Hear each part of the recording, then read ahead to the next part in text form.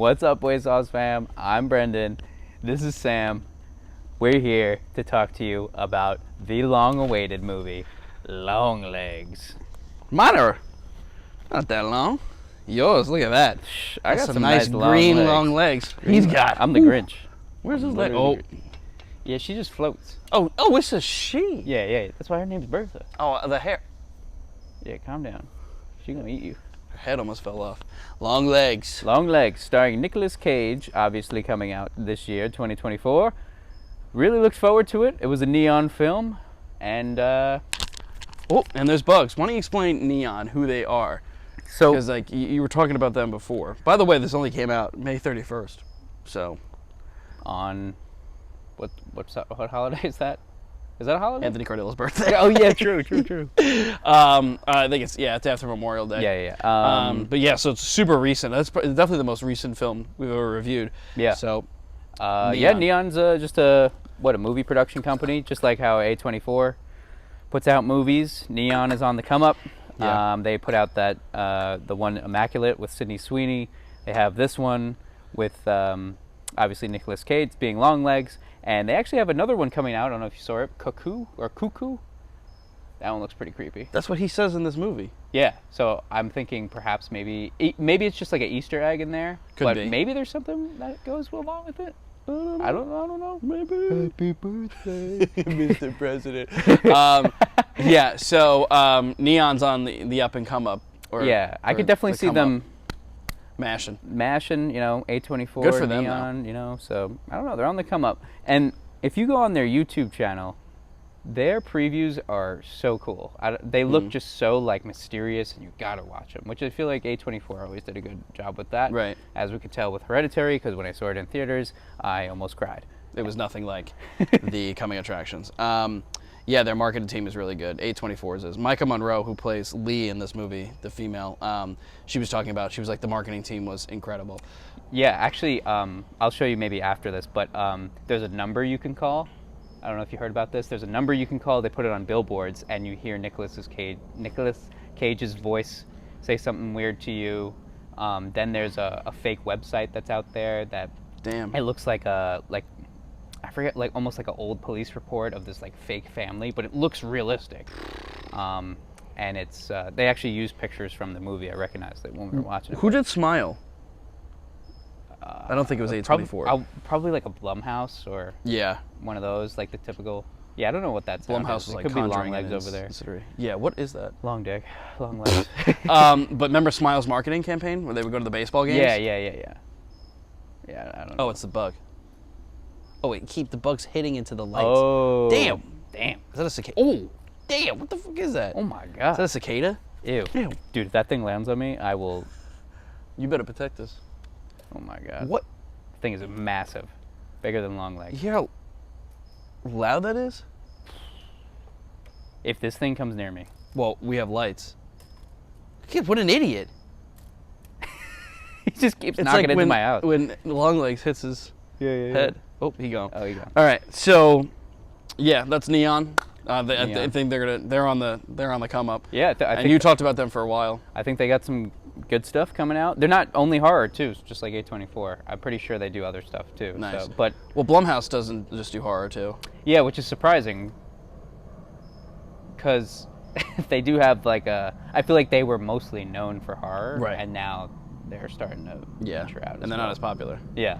I feel like their quality of their movies sometimes is so maybe they'll pick it up. Maybe they just didn't have the budget. I feel like Insidious was like very like obviously it was like disturbing and dark, but it was like very gray. Their lighting was weird. Yeah, it seemed more like a typical scary movie, but like a better version of like a typical scary movie, if that makes sense. Well, I watched shout out to, I don't know his name, but he put out a video. I was sick the other day, so I watched a 2.5-hour video of the history of horror films. I would recommend it. It's so good. And he talks about on YouTube. It's incredible. It's just so entertaining. It's really cool. Literally goes from like the 20s or like even before that, like the first ever horror movie to like recently. And what am I talking about? What were we just talking about? Neon, Blumhouse. Fuck. I'm literally gone. The Gone with the Wind. Oh, yeah, how he was saying how, like, A24 is, like, they found their audience, which it's more, like, avant-garde. It's more, like, for artistic stuff. Like, look at all their movies. Yeah. Lighthouse Witch, and they're all crazy movies. 100%. But, like, for the common folk, they don't understand it. Yeah. And you know who you are. And... yeah, so it's like there's a lot more lights and stuff. Like, look at this movie. Like, all these, like, the lighting and stuff like that. Beautiful. Like, Conjuring is just, like, it's pretty straightforward. Insidious is straightforward. It's good, but it's, like, it's not, it doesn't do the lighting like it does in these films. It's like the earlier horror movies. Like, I always feel like they just had the, what's the freaking word? God, I'm doing it too. It's fine. I'm doing it too.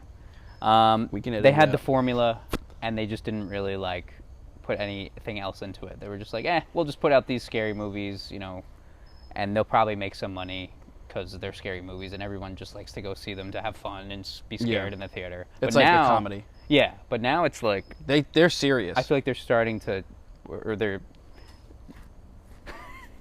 so many sounds out here. I know. But now they're like definitely putting thought and effort into it, and frankly, as someone who's loved horror since freaking the dawn of time. Yeah, forever. Like, I would love to see somebody get nominated for something. Like, that would be insane. Well, it's interesting because in this video I was watching Joe Hill, who's he's a big time author. He's Stephen King's son. He put out a quote about Toni Collette not getting a nomination. I don't know what he said, but he's like, you guys better start recognizing, like, horror and, like, taking it seriously. But it makes sense too, because, like, Academy Awards is not really for, like, war movies, or even though the Hurt Locker won Best Picture, but that was a rarity. But think about it, like, the early 2000s, mid 2000s was like Jesse McCartney's in Chernobyl Diaries. Is he? Yeah, do you remember that? He's in Chernobyl Diaries. Oh, we watched that. Yeah, in Chris's basement. Yeah, and that's when I was still scared. Not Jesse anymore. McCartney. Oh my god. But, like, there were so many of these movies, like Saw. Can you name an actor from Saw? No. Like, and great storyline though. Great storyline, yeah. But, like, these actors, it was just like, all right, we'll just put random actors in, and, like, they probably won't do anything. Maika Monroe was already in It Follows. She was in a bunch of other movies, like the one where the two people in the woods alone. She's predominantly in horror movies. Nicolas Cage. Yeah.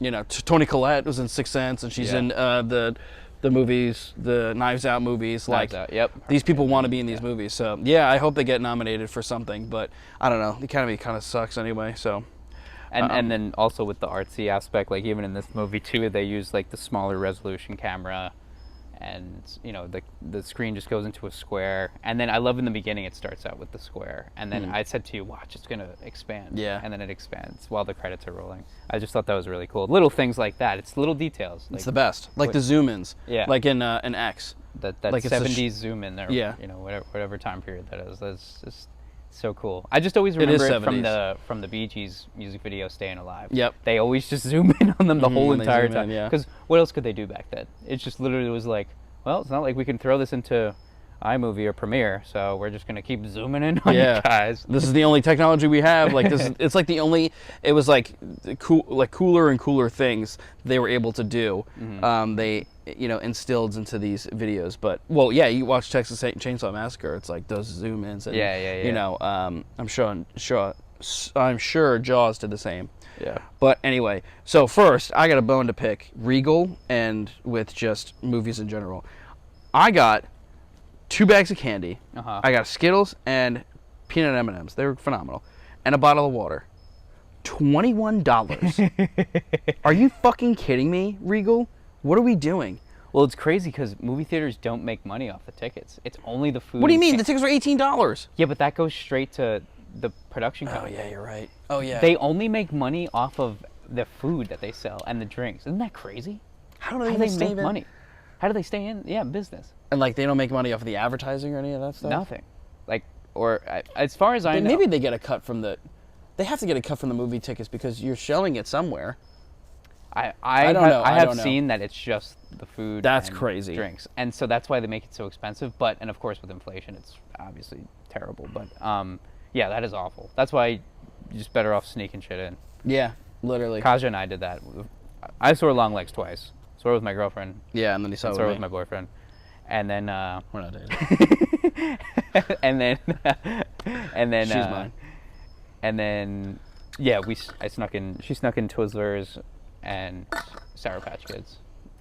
And Nice. guess how much we spent? Fucking $6. Yeah. Unreal. Even that's expensive. I'm gonna get long legs on you guys. But okay, so yeah, we talked about Long Legs being released this year. Mm-hmm. It got good. I think it got pretty good press and like marketing for it. Marketing was fantastic. Like Neon must be thrilled. Did I already mention this? That you could call a number? Yeah, you mentioned that. You can call a number, the fake thing, yeah. So, yeah, this was written and directed by Oz Perkins, who did Blackcoat's Daughter, which we've seen, which we should review. We've talked about it, I think, in maybe one of our like small videos or something like that. Love that one. And that really Gretel cool. and Hansel, Yeah. which we saw in the theaters. In theaters. And we saw it opening night. In Levittown, I'm pretty And sure. he goes, it's opening night. I bet it's going to be packed and people are going to be rowdy. And sure enough, there were like these 13-year-old teenagers behind us being rowdy. Because it was a PG-13 movie. Right. It was good. Gretel and Hansel's rated PG-13, which, isn't always the worst thing. But personally, for me, two things. If you're going to the theaters, you're going to get a younger crowd. Also, you don't get all the blood and gore and everything that you could possibly get, So that's why you love when it's rated R. And you can get away with so much more. It's just yeah, great. it's like a cartoon. Yeah. That's why Seth MacFarlane's like, I can get away with everything because they're fake. They're not real. They're cartoons. Dude, there's a Sausage Party show on Amazon now. Oh my god. There's an episode where there's a warning before you watch it, and it's so at the end of the movie, it's food porn, right? Yeah, it's insane. It's food on food. This one episode is food on human. It is the most grotesque, like craziest shit I've ever seen. Like this guy, like I don't even want to get into it. It's crazy. I might have to show you though. It's just so crazy. I Just don't know the if I scene. wanna watch. Just the scene. It is insane. It's hot dog and a human. Well, that's all you need to know. Hot dog down a hallway. That is crazy. But it's interesting how like Gretel and Hansel is like a tale from like the 1800s, and they could still make like stuff about it, and he can like put his own like flair on it. Dude, they should do that with a lot of fairy tales, cause like they could do that. It's endless. Imagine Little Red Riding Hood, like with a scary ass wolf or something. Yeah. What else is there? Like just so many probably weird fairy tales. Humpty Dumpty. Yeah. Just cracks in half. He falls off the wall. Is he an egg? Right? I think he's an egg. Yeah, I think so. Yeah. Humpty Dumpty. I don't know any of the others.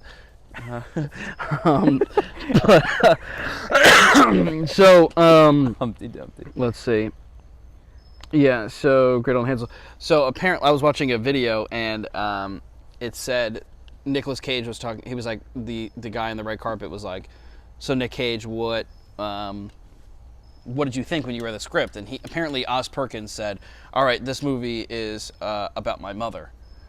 And which is crazy. Really? And then Nick Cage goes, that's weird, because when I read it, I thought about my mother. So apparently Nicolas Cage's mom, I saw a video about this, was like a little, like she had some mental issues, and she would do weird things, and she would say cuckoo a lot. Huh. So he instilled that into the movie. So he like did, like when he does that weird thing, like he like thought of his mom like doing weird stuff. That's how he like portrayed it. And Nicolas Cage just was like, I so wanted a movie where like I could just not look and sound like myself. Like you would have a hard time telling it was me. Yeah, the makeup you can't. If no one told me, I would be like, I don't know what that is. You know what would have been cool is if like they kept his name secret and then the credits rolled and I was like, Nicolas Cage? Yeah, that would have been cool. That would have been good. Because I do feel like sometimes Nicolas Cage does get a rap for being a little funny or something when he's acting. That's why people I think aren't like taking him seriously or whatever. When a National Treasure, well, he's an Oscar winner. Yeah. For Leaving Las Vegas. Oh, okay. I think that's the title of it. But he's been in a lot of shit, but he's been in a lot of good stuff. I just watched National Treasure's the best. I just watched what's the one with Cher in it? Oh, Moonstruck. Yeah. And you told your mom it's a werewolf movie. Yeah. She was just like, she had no idea. What are you talking about? And I go, well, every time the moon is out, something happens, and it's a full moon always. Yeah. And there's always this. And he's hairy. He's hairy. There's a babushka lady that keeps popping up randomly, and they're talking about spells at one point, and they talk about like, you gotta let a man be. You gotta let the wolf out of the man. but then the wolf gets tamed by the woman, and I'm just like, werewolf movie. Boom. Your mom's like, no. They're not actually werewolves, but it's a metaphor for werewolves. Anyway. So, yeah. Okay, so Brendan, tell us what you loved about the director's style and how that compares to like Gretel and Hansel. Hansel and Gretel. It's Gretel and weird. Well, it's it's weird that it's flipped. Yeah, I mean, that's all you had to do. Flip the title. It's like, oh, it's already different. Yeah. Wonder why I did that. Review coming for that. Oh yeah. Yeah, it's his style of shooting is the lighting is always what makes it. So like in Longlegs, there's a lot of, we actually have it kind of going on right now. Yeah. Orange, low lighting, and it kind of comes in beams and like, I don't know, it's just always orangey. And then same thing in Gretel and Hansel, they're in like the witch's house, and perhaps it's like sunsets at certain points and stuff, but like it's always this orange lighting. And then when they're in the barn in Longlegs, it looked kind of similar to when they're in the witch's house in Gretel and Hansel. And they're two like beams looking like long legs. Yeah. Which is really cool. So just very creative, and it's so and that shot is so wide. You see the whole barn, he uses and the a light lot comes of in. wide shots, and then it's funny because then he'll contradict it with the little square, which is interesting.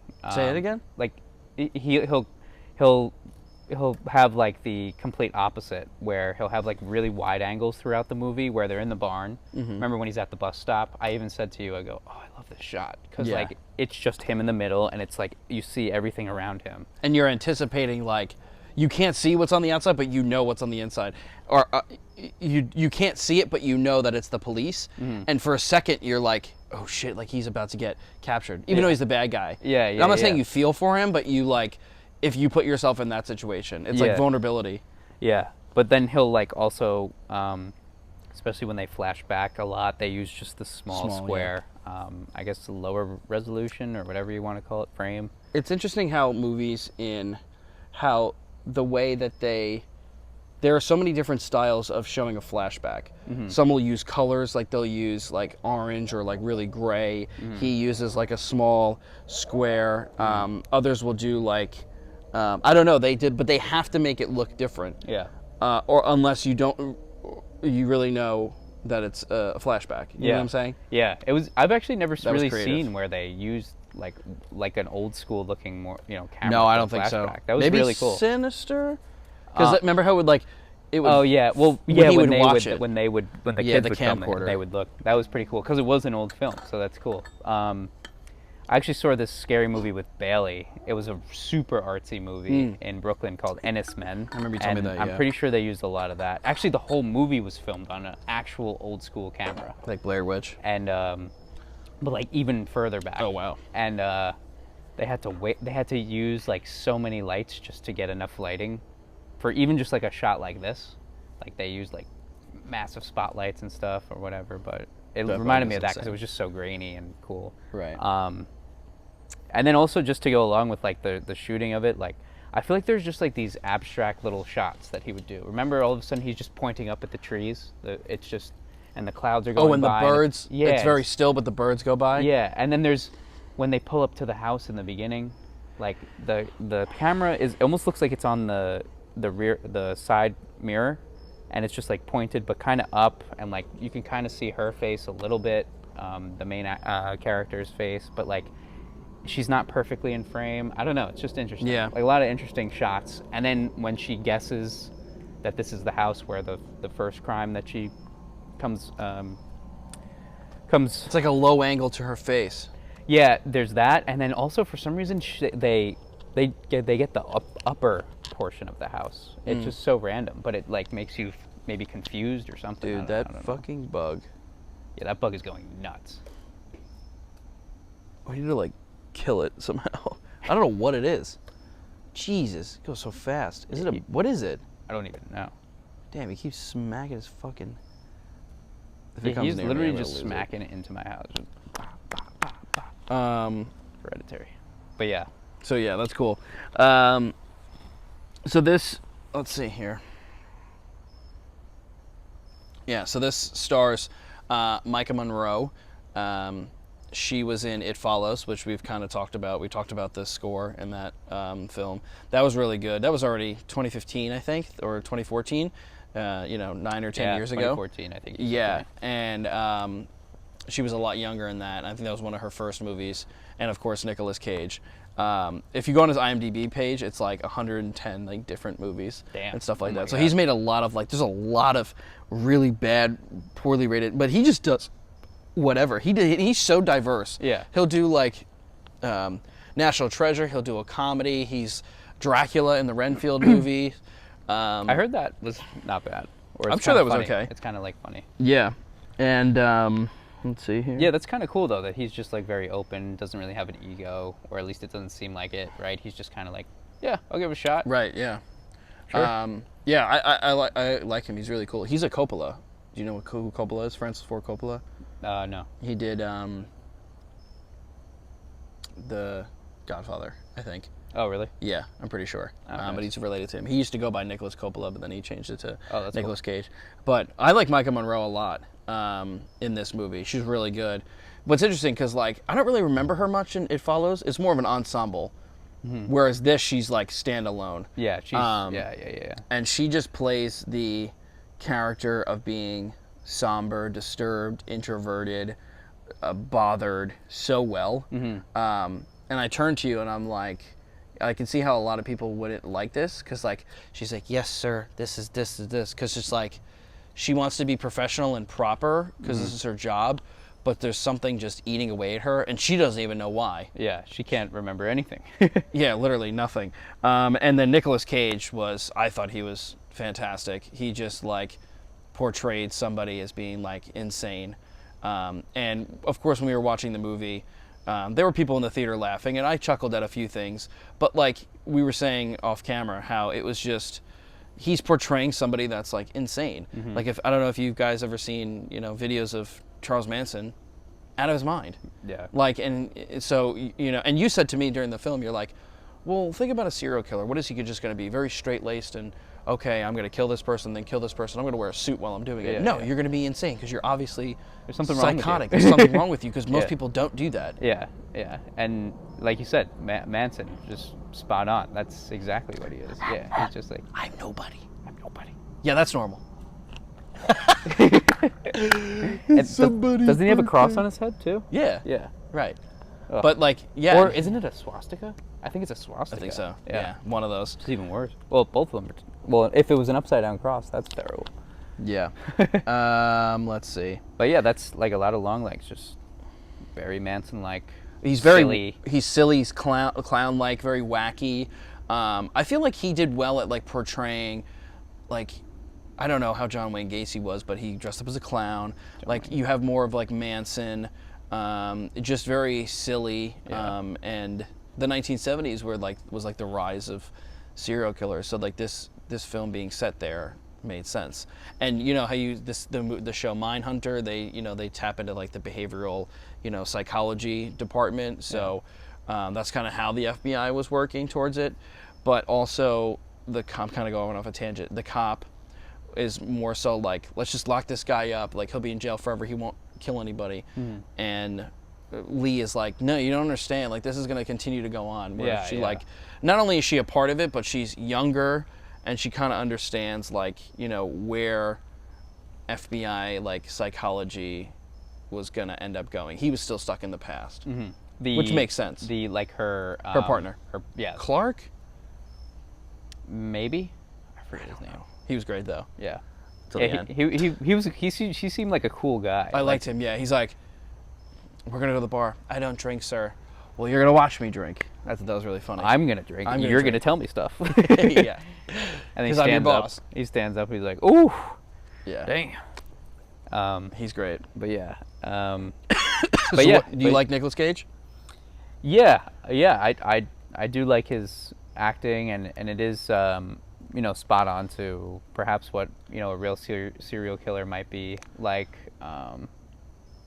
And I mean, he tried. I think he did well, and it's why not try and play somebody that's nuts? Like, you try play something crazy. And obviously, like, the character he's playing has gone through, like, so much weird stuff. We don't even know because we don't have a backstory, but, like, just look at the way he looks. I mean, something is clearly off. I mean, like, looked up, perhaps the character is a retired rock star and had too many botched plastic surgeries and looks the way he does. Kind of like, not to say that Steven Tyler is off his rocker, but or Keith Richards. Yeah, but you know, had too much plastic surgery and, you know, whatever. Maybe did too many drugs, and maybe that's why he's psychotic or something. You know, and yeah, so that's so I think he does a good job, you know, portraying someone who would be like that. You know, also, like, I've come across people, if we've ever been in New York City, like late at night, where they're, like, you know, off their rocker. You know, I you know, I feel bad for them. They're homeless, but, like,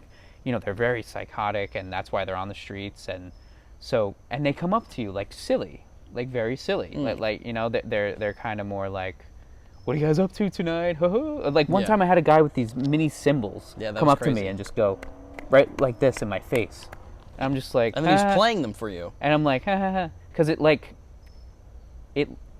that was hammered. And I feel like to tie that into a serial killer and the devil doesn't show himself as a scary person. He's always going to present himself as something that's either tempting, like a beautiful woman, or perhaps a clown.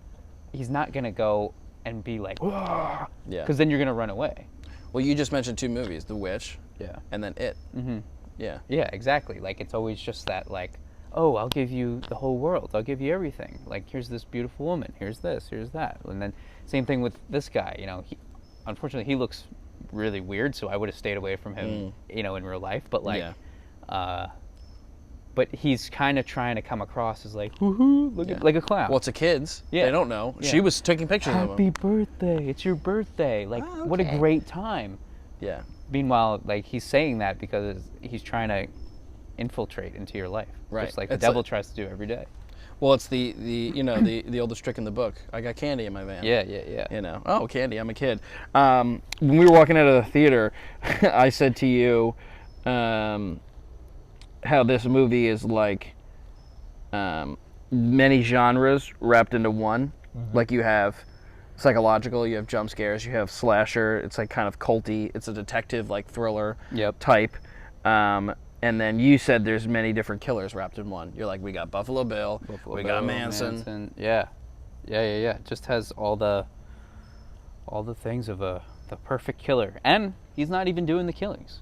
Manson, yeah. Like, that's perfect. It is the perfect killer. You are the perfect killer. Can they even, like, I guess they could bring him in on, like, helping or something, but, like, how does the cop bring them in? Well, the Asian cop lady said that. She goes, we can't charge him with that. Like, there's no evidence. Yeah, she's like, in the United States of America, he has that right. To be a freak. Yeah. Crazy. But yeah. So let's see. Let's dive into it. Hold on. All right, so let's dive into the movie. So it kind of starts out like a prologue in the book, obviously. Yeah. It starts out like a prologue, but in reverse. Like, it shows you what happened back then in the beginning. Is that making sense? Yeah. Just remind me, like, a prologue would normally. So prologue is like, okay, so you're reading a book, and say you're reading the book of Hereditary, let's say, and this book starts out with. He's in class and he sees this weird shape and he starts banging his head on the thing. Okay. And then you're like, what the hell is this book like about? They give you something. Yeah, but they don't tell you what it is. Yeah. And then it, like, cozies you in to so now you're hooked. You're like, now you're hooked. And then the chapter 1 is, I got out of my car and I grabbed the coffee, and you're like, whew. And I went in the pool. You literally just go from here to here, and then you're like level, and then you start to go up, and then I went in the pool, played with my puppy. Things are nice. Puppies are nice. Yes. And then it just prologue it up. Boy. Prologue it up. But yeah, so I guess that's the beginning, but in reverse. I don't know if making sense. But so we see. I get it. Yeah, I know what you mean. So we see this girl in her house, and then she goes outside, and it's really white and snowy, which that's a great shot. The side view. Yeah. He does a lot of, like, side and aerial and, like, below scenes. and you hear that weird plucking of the violin or whatever. Yeah. And like it just pans to. I love that. That's Shout so out to cool. horror movies for just I like love that. Longlegs. You better help us out. Yeah, you ain't doing nothing. Yeah, shout out to horror movies for just like nailing music just so well. Like A24 and Blumhouse and everybody. Cool. It's just like the mid 2000s were like, all right, you know what? We're gonna take these horror movies seriously. Yeah. Like we got these, you know, silly slasher movies, and you know, I don't know, Scream and Jennifer's Body, which is actually a really good movie, but you know, just. Is that with Megan Fox? Yeah, I should think we should watch that. I watched it in my horror film class. Yeah. Very underrated. Really good. She's really good, and it's about like a lot of like teenage angst and like bisexuality, and there's a lot that goes on to it. Is that when she has like a forked tongue kind of thing or something, and she's that might be like Transformers. Dude, I remember that too. Oh my god. But in Jennifer's Body, it's interesting because it's like the marketing was like, I think it was 2000, I don't know, 7, 9 maybe or something like that, and it was hot Megan Fox. Yeah. Meanwhile, it was she's killing men. Yeah. Okay. Yeah. Anyway, so. Yeah, the violins in the beginning of that is great.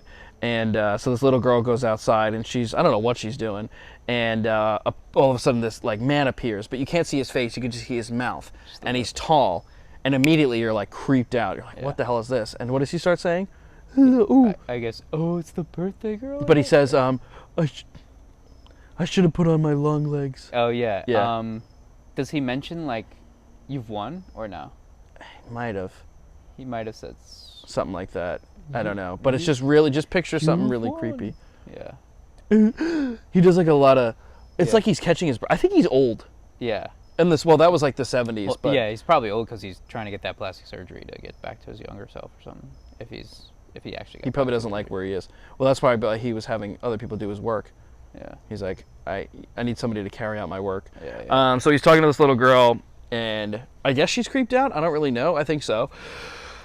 But perhaps maybe she's a little naive though, because she's like 9. Yeah, she does end up like taking a picture, and like because he might have said that he's like from the church or something. That comes at a certain point at least. Yeah, because they do it twice. Or whatever. So anyway, it's like really creepy, and then all of a sudden what does he do? Because it cuts. Does he scream? He comes down, and then you see his face for like a split second. Yeah. And then which is what happens a lot in the film, with a lot of quick shots. Yeah, there's like weird like subliminal things or something. Oh yeah, I said to you, I turned to you, I was like, it's like Fight Club. In Fight Club, when they show like, you have to pause it to see, like they'll show Tyler Durden really quick, and then it just goes straight to the title, all in red. Yeah, with loud. That music. is so cool. I love that. That seems like an homage to like old school horror. Like, I don't know what time period, but like I feel like they used to be like creature from the Black Lagoon, and it would just be like. You know, like in your face. Yeah. This is what you're in for. Which is immediately I was like, I like this. Yeah. And it's continuing what like horror in the last 15 years has been doing, just like immediately off the bat, like showing you something. I'm trying to think of a movie that was Sinister. What's the first scene? Them hanging from a tree. Oh yeah. You're like, whoa, we're off to a crazy start here. Yeah. Or on even an old school camera. What's that? On an old school camera. Right. Even Barbarian, like it's not the beginning, but they're only in that Airbnb for a little, and then what's in the basement? Yeah. God, that's awful. that is great. And then So it's just good. Justin Long in a car. Oh my god. Hey, he's got like the Bluetooth. Hey, what do you mean I'm getting brought up on charges? I didn't do it. Meanwhile, and he's like, that was nothing. Meanwhile, the crowd or the audience that was watching is just like, what just fucking happened in the scene before? What are you talking about? That was the first. I think that's the first movie we reviewed. Oh yeah. Shout out Barbarian, and yeah, we were in my basement, and I turned to you. Yeah. You were like ready for my reaction. That was so great. So then, I forget who showed that to me. Did I tell you? I don't know. I don't remember who showed me that. Maybe it was Bailey. I watched it with Bailey maybe for the first time. And when he put it on, I was like, this just seems like a typical horror movie. Yeah. All right. Whatever. Clearly. But it's interesting because I had a feeling when we saw her, all grown up, I was like, was that her? Yeah, I kind of had that feeling. My sister said that the same thing during the movie. She's like, oh, I knew that was her. I had that feeling too. I had that in the back of my head where I was like, It's a possibility, perhaps this could be our main character right here. but it's not that predictable. No, because that could have been just another victim. Right? Yeah, because we're talking. She's an FBI agent. And we're talking about cases. Yeah. So then the next scene after that, you're introduced to, him right away, and this like crazy music, and you're like, okay, we're in for a ride. And then we see our main character, and she's with her partner.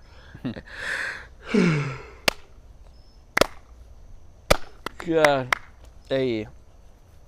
And you see, I think it's Oregon plates, which I thought was interesting. I'm like, okay, that's a state I haven't seen in movies a lot. I like that, because usually it's New York, it's New England, California, maybe down south, but I've never seen like Oregon. Probably be the perfect place for a serial killer to do his work, because there's probably so many open spaces, open wood spaces in Oregon. Yeah, maybe that's like one of the reasons. I don't know if the director's from there or something like that, because like Stephen King, everything's in Maine because that's where he's from.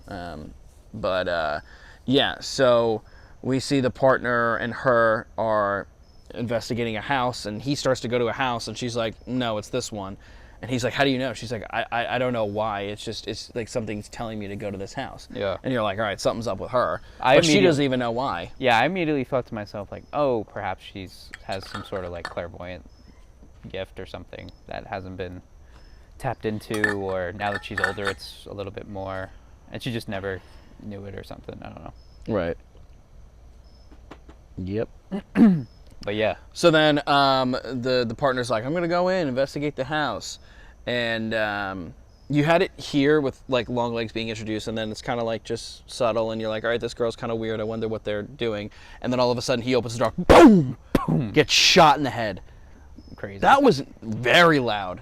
My sister screamed, and I was like, oh my God. First time I saw Longlegs, I jumped. Oh, there was a lot of jumps. Jesus Christ. Because I'm thinking So to myself, loud in the like, theaters. she's wrong. Like, I don't know. Like, maybe it is Longlegs. Or maybe we're about to be introduced to Longlegs right now. Yeah, That's what I again. thought. And then I was like, oh, but maybe, like, they can't bring him in because they won't have enough evidence or something. But no, it was totally different. So who was that they killed? So were they intruding on the cases that have been going on?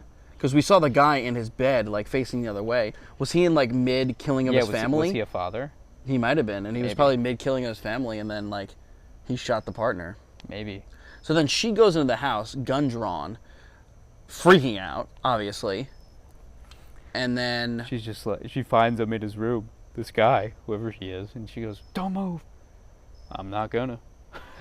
Or he says something like, I'm right here. And then, okay, then what happens? Then they, I guess, arrest his ass. And then remember they show, like, those, she has to go in for a health evaluation or something? Oh, yeah, I forgot about that. That was weird. Yeah. So she goes, They're showing her the pictures. yeah, and it was like one of those therapy pictures and like one of those, what do you call them, exercises, where they're like, first word that comes to your head. And like, I was trying to listen to what she says, and some of them are weird and it didn't make sense. One of them goes like house, mother, cards, tiger.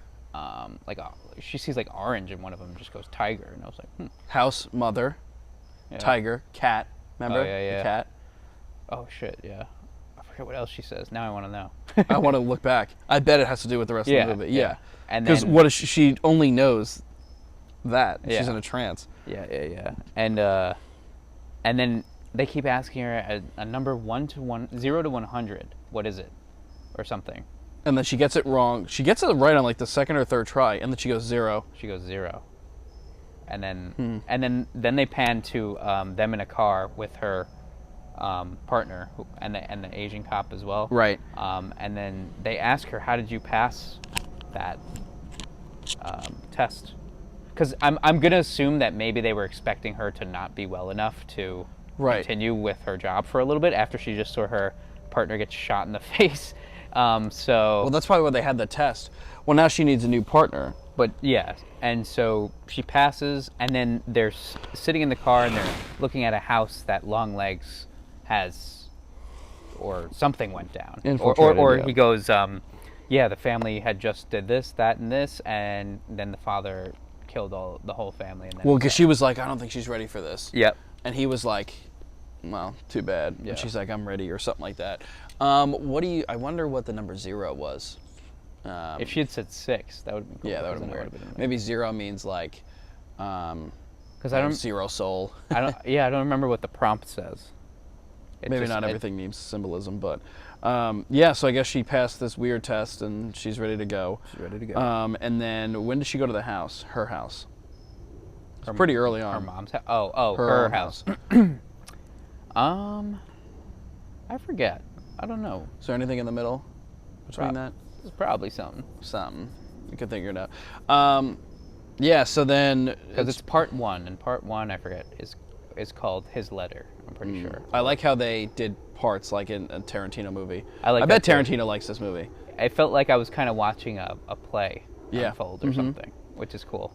That's what they did in Barbarian.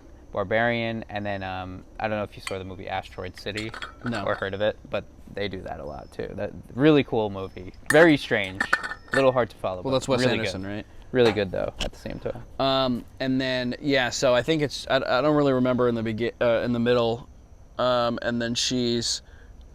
God, I'm fucking tired. Does she call her mom and then the mom's like? No, the first time we call her mom, she's in her house. No. Oh yeah. I thought she was in like some sort of phone booth, and she's like after. That's the second time. Oh.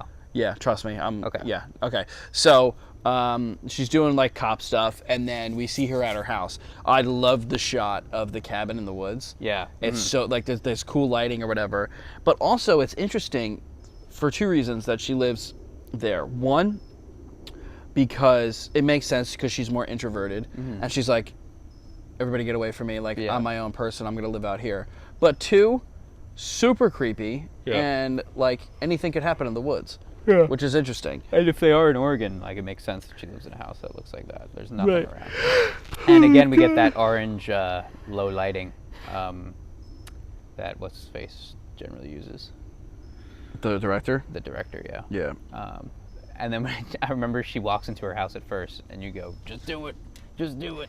Yeah, because I was ready for something, and then of course like she hears stuff, but no. So you see her like.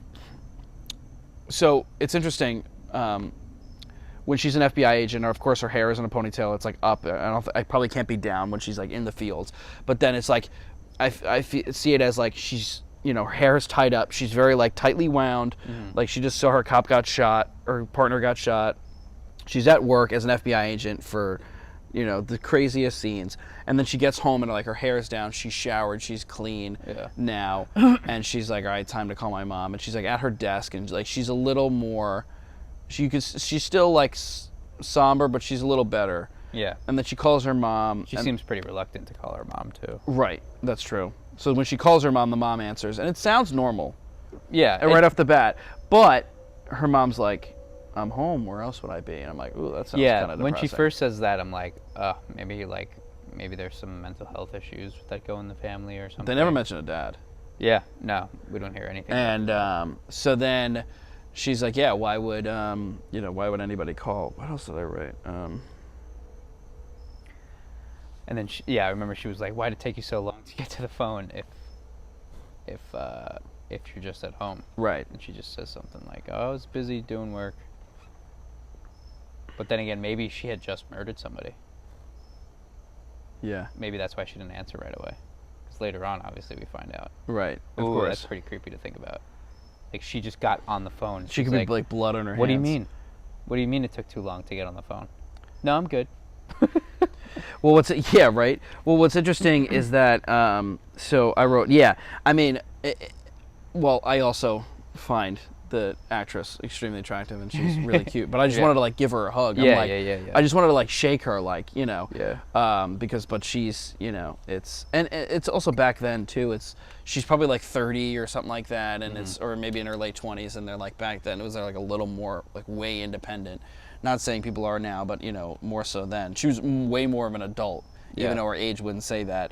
Also, back then too, mental health wasn't a thing either, so she's probably just like, yeah, I'm fine. I can't say anything. Good. Yeah, everything's good.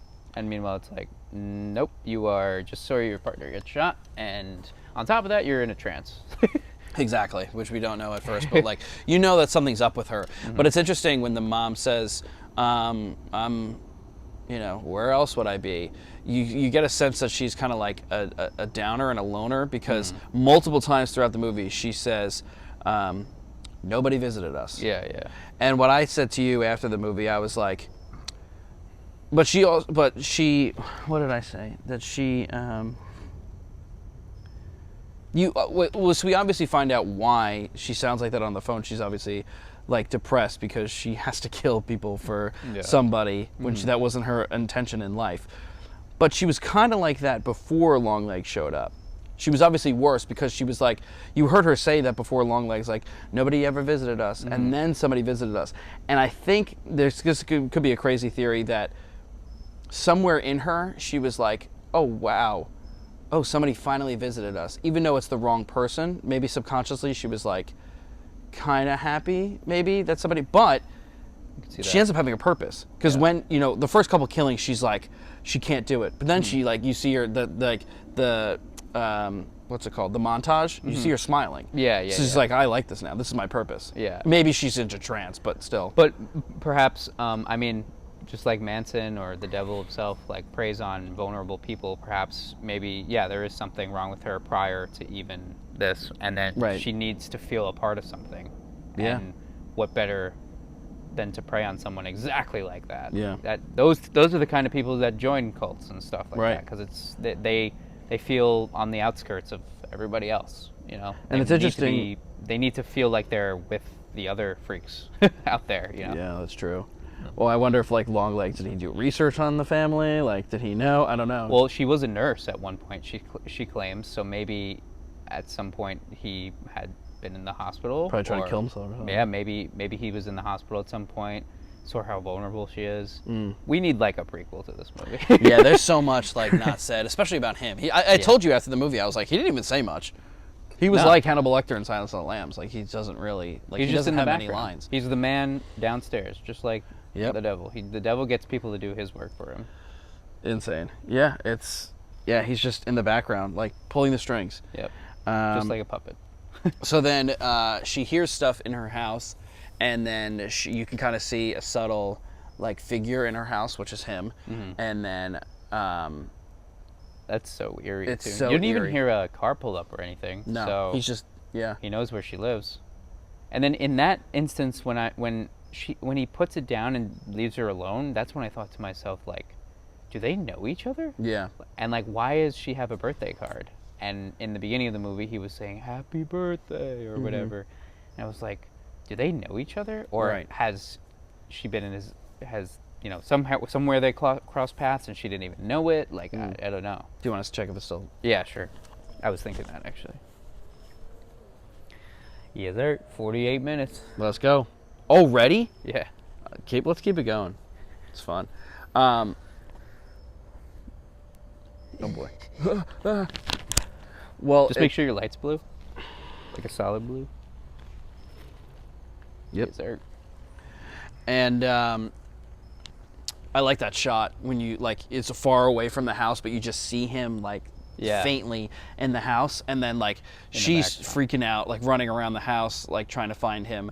And what I thought was interesting is that, like, when she ends up sitting down and opening the letter, it's like she accepted that he's gone. But I'm like, how do you know he's gone?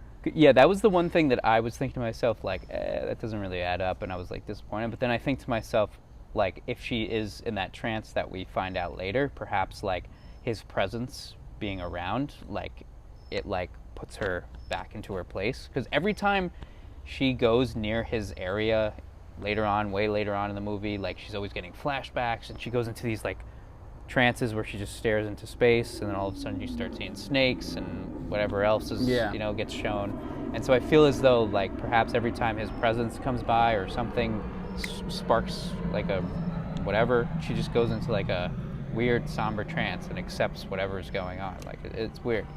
So then she opens it up and realizes there's, like, codes.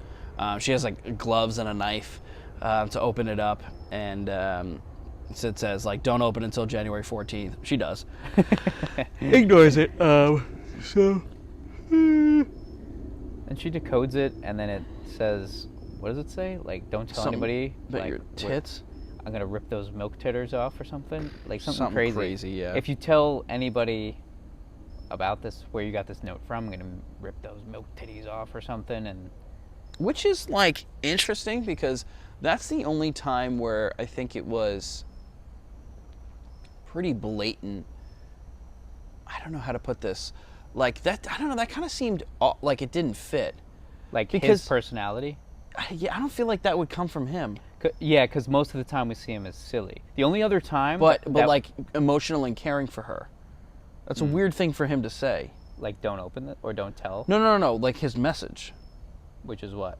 Whatever that said. Like, I'm going to, like, rip those, you know? You're saying he cares for her? What do you mean? It didn't sound like that doesn't sound like it would be something he would say. Like, he's crazy, but, like, I don't know, that sounded like, remember I turned to you, I was like, that sounded like the Exorcist girl said. Like, motherfucker, fuck you. Yeah. Well, does that seem weird? Well, I think, like, the only time we see him get to that point, too, is when he ties her mom up, or they go to that flashback, and... Because you're reminded, like... Because the whole time you're like, this just is a weird guy. Yeah. Right? And then, like, when he's in the interrogation room, you're like, all right, this guy's, like, it's really bad. And, like, okay, you know what his intentions are. But other than that, you just see him, like, making dolls and doing weird faces. He's just, like, a clown. Because you don't take him, like, serious. No. But then when he ties her up, you're like, oh, shit. When he ties the mom up, that's crazy. Yeah, and you're then, like, oh, okay. And then that note that she gets, it says, like, if you tell anybody... Yeah. I'm gonna fucking just... I think it kill her mom or something? Something, yeah. Probably. Yeah. 'Cause maybe it was, like, for her... I don't know. Maybe, like, he wanted to throw her off? Maybe he was worried that she was starting to remember stuff. Because she's, like, an FBI agent. But she's, like, starting to put some pieces together. Or maybe she's, like, getting out of that trance that he has her in somehow. Yeah, because she starts, like, decoding stuff. Yeah, could be. Because it's easier for him, I'm sure, to put a 9-year-old in a trance as opposed to, you know, someone else who's starting to become self-aware and is an FBI agent. Right. Remind me to read the questions that I have on this other page. All right. Okay, so she decodes the letter, and then she realizes that these dates are important. She does more decoding of the cases. She's, like, barely sleeping, but that makes sense because she's just not a person that does that. Yeah. And the decoding is very intricate, too. You don't usually see that except brilliant. for the Zodiac killer. That's what I said to you when I saw those codes. Like, oh, Zodiac. Yeah. She probably could have cracked the case. But that just goes to show how smart Longlegs is. Like, he's a genius. Yeah. Like, he's a psychotic freako genius. Right, yeah. To write all that stuff. I mean, he's got time. Mm-hmm. He's got time. He's got no job. And, yeah, he's got no job. His only job is killing and making dolls. Yep. And getting people to... That's probably... he makes money, just, like, steals it after he kills them, but... But how crazy is that, like, for a killer to have so much time to be able to do that? Fucking mosquito went right in my ear, and I just heard... Ugh, the worst. Better than that guy. Oh, my God. But he's getting so much enjoyment out of it that he makes a game out of it. He's like, try to decode this. Yeah, that's so sick. And she does. Yeah, she's pretty smart. Maybe because she's, like, kind of like him. Yeah. In a way. I don't know. They're, like, connected more than you think. Definitely. It's like Batman and Joker. I love the Yeah, no, that's a good point. I love the aerial shot of all the numbers laid out. Yeah, that is so cool. Yeah. And then you hear the weird phone calls. Do you remember that? You hear the dads calling the 911. That was really disturbing. That's very disturbing. Yeah. I love it, but I love crazy. and hate it at the same time. Yeah. Because it was just like, 911, what's your emergency? My daughter's eyes are closed. It's easier when they're closed. And they're just like, sir, are you okay? Yeah. And then you just hear, duh, duh, duh. Crazy. That's like Sinister type stuff. It's scarier when you know what's going on, but you don't see it. Yeah. Because you can interpret it. I said that when we were out of the theater, because I was like, because you keep seeing the shadow of the S word himself. Yep. And and it's worse that it's just a silhouette of him, in my opinion, as opposed to seeing like an actual thing, because who knows what that looks like. Well, He shows up as a clown and stuff, but I wonder what he actually looks like. So let's see. She realizes the 14th is significant, and it has to do with birthdays of the girls in the families that are, getting killed. And you just think, like, in the beginning of the movie, you're like, all right, he's going around just, like, killing people. But then you're like, wait, you hear those phone calls, and then you see the guy in the house in the beginning that kills her partner. You're like, it's like somebody doing it for them. So then she realizes the number 6 is significant too. Yeah. And of course that's we know devil who. worship stuff right off the bat.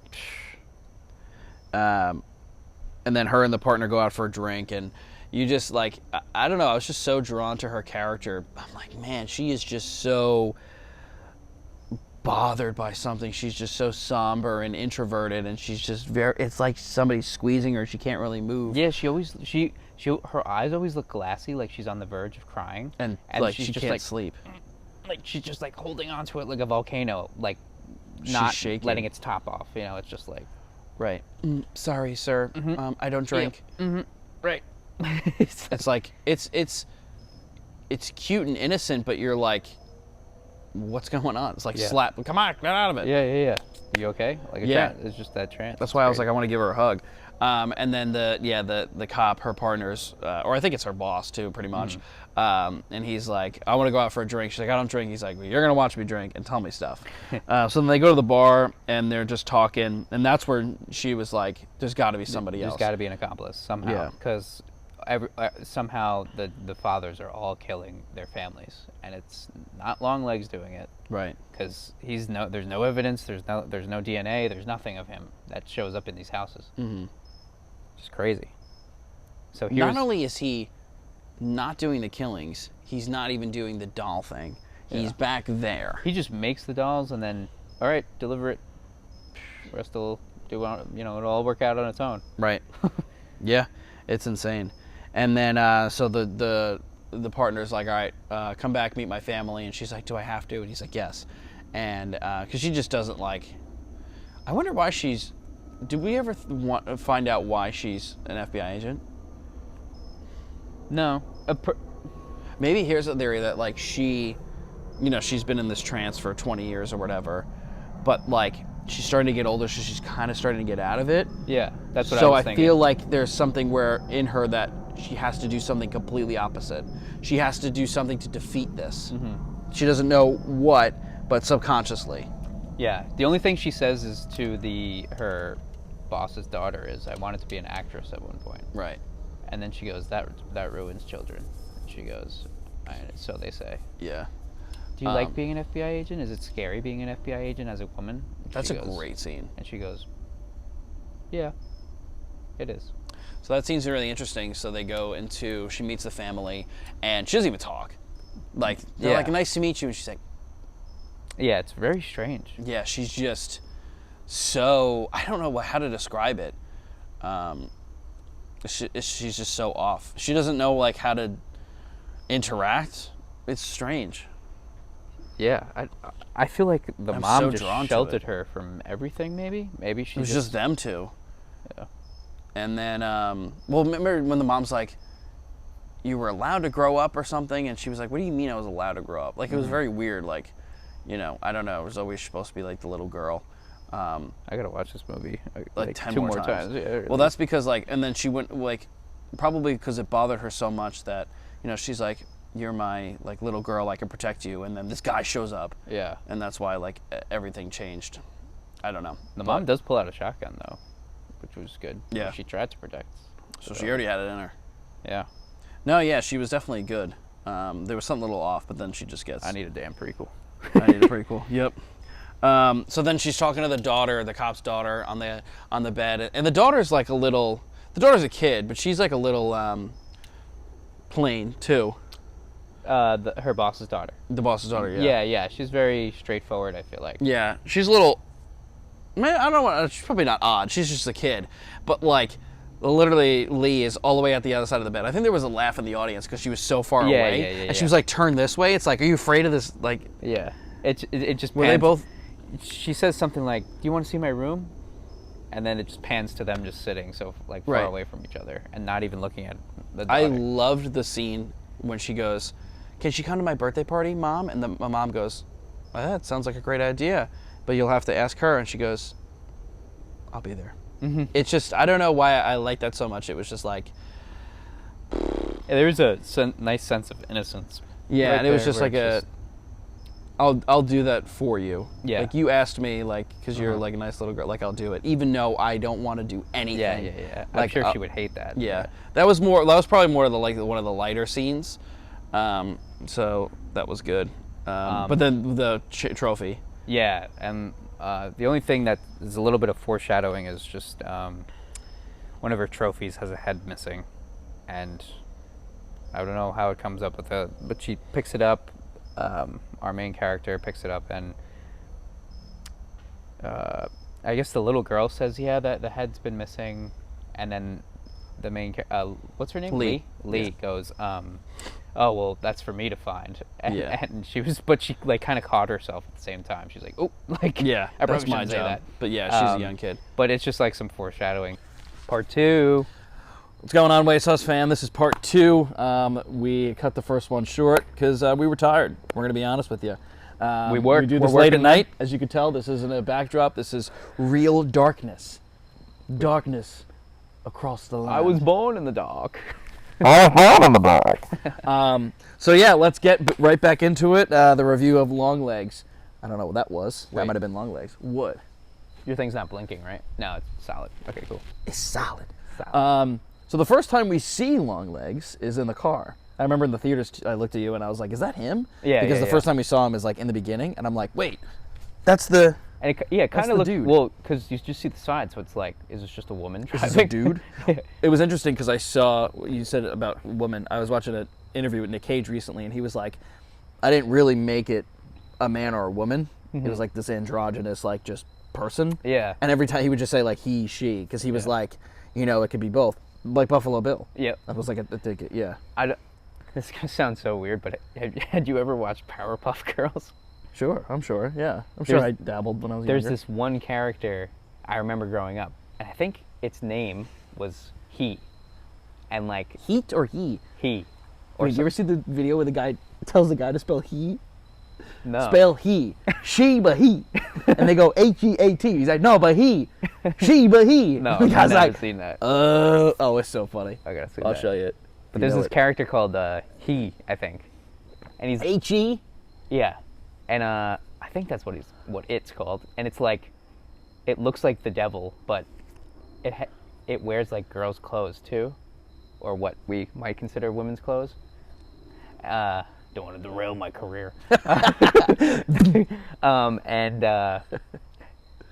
Yeah, but it I don't know. It's the same Interesting. shit. It's just, it was like such a strange character, especially for a kid's show back then. Like Courage the Cowardly Dog and like the Billy and Mandy were like kind of like on the darker side. Yeah. So we see him in his car, and it's like this old 1970s car, you know, because he doesn't really get out much, and he's kind of like this. And you know, you saw the theory. Expand on that a little bit about the why he looks the way he looks? The rockstar theory. Well, there's also like the theory that he had like a bunch of plastic surgery, and he's like trying to cover it up or whatever. Yeah, because like back then, you know, rock stars would do anything, I guess, to just appear young, you know, so that they could keep living the life. And then also like whenever it pans to him in his basement, the man downstairs, there's always those posters, and it looks like Slash, like with the top hat, and he kind of looks like a rock star and stuff. So like, just like I want to say Gary Busey for some reason. The Guns N' Roses guy, Axl Rose.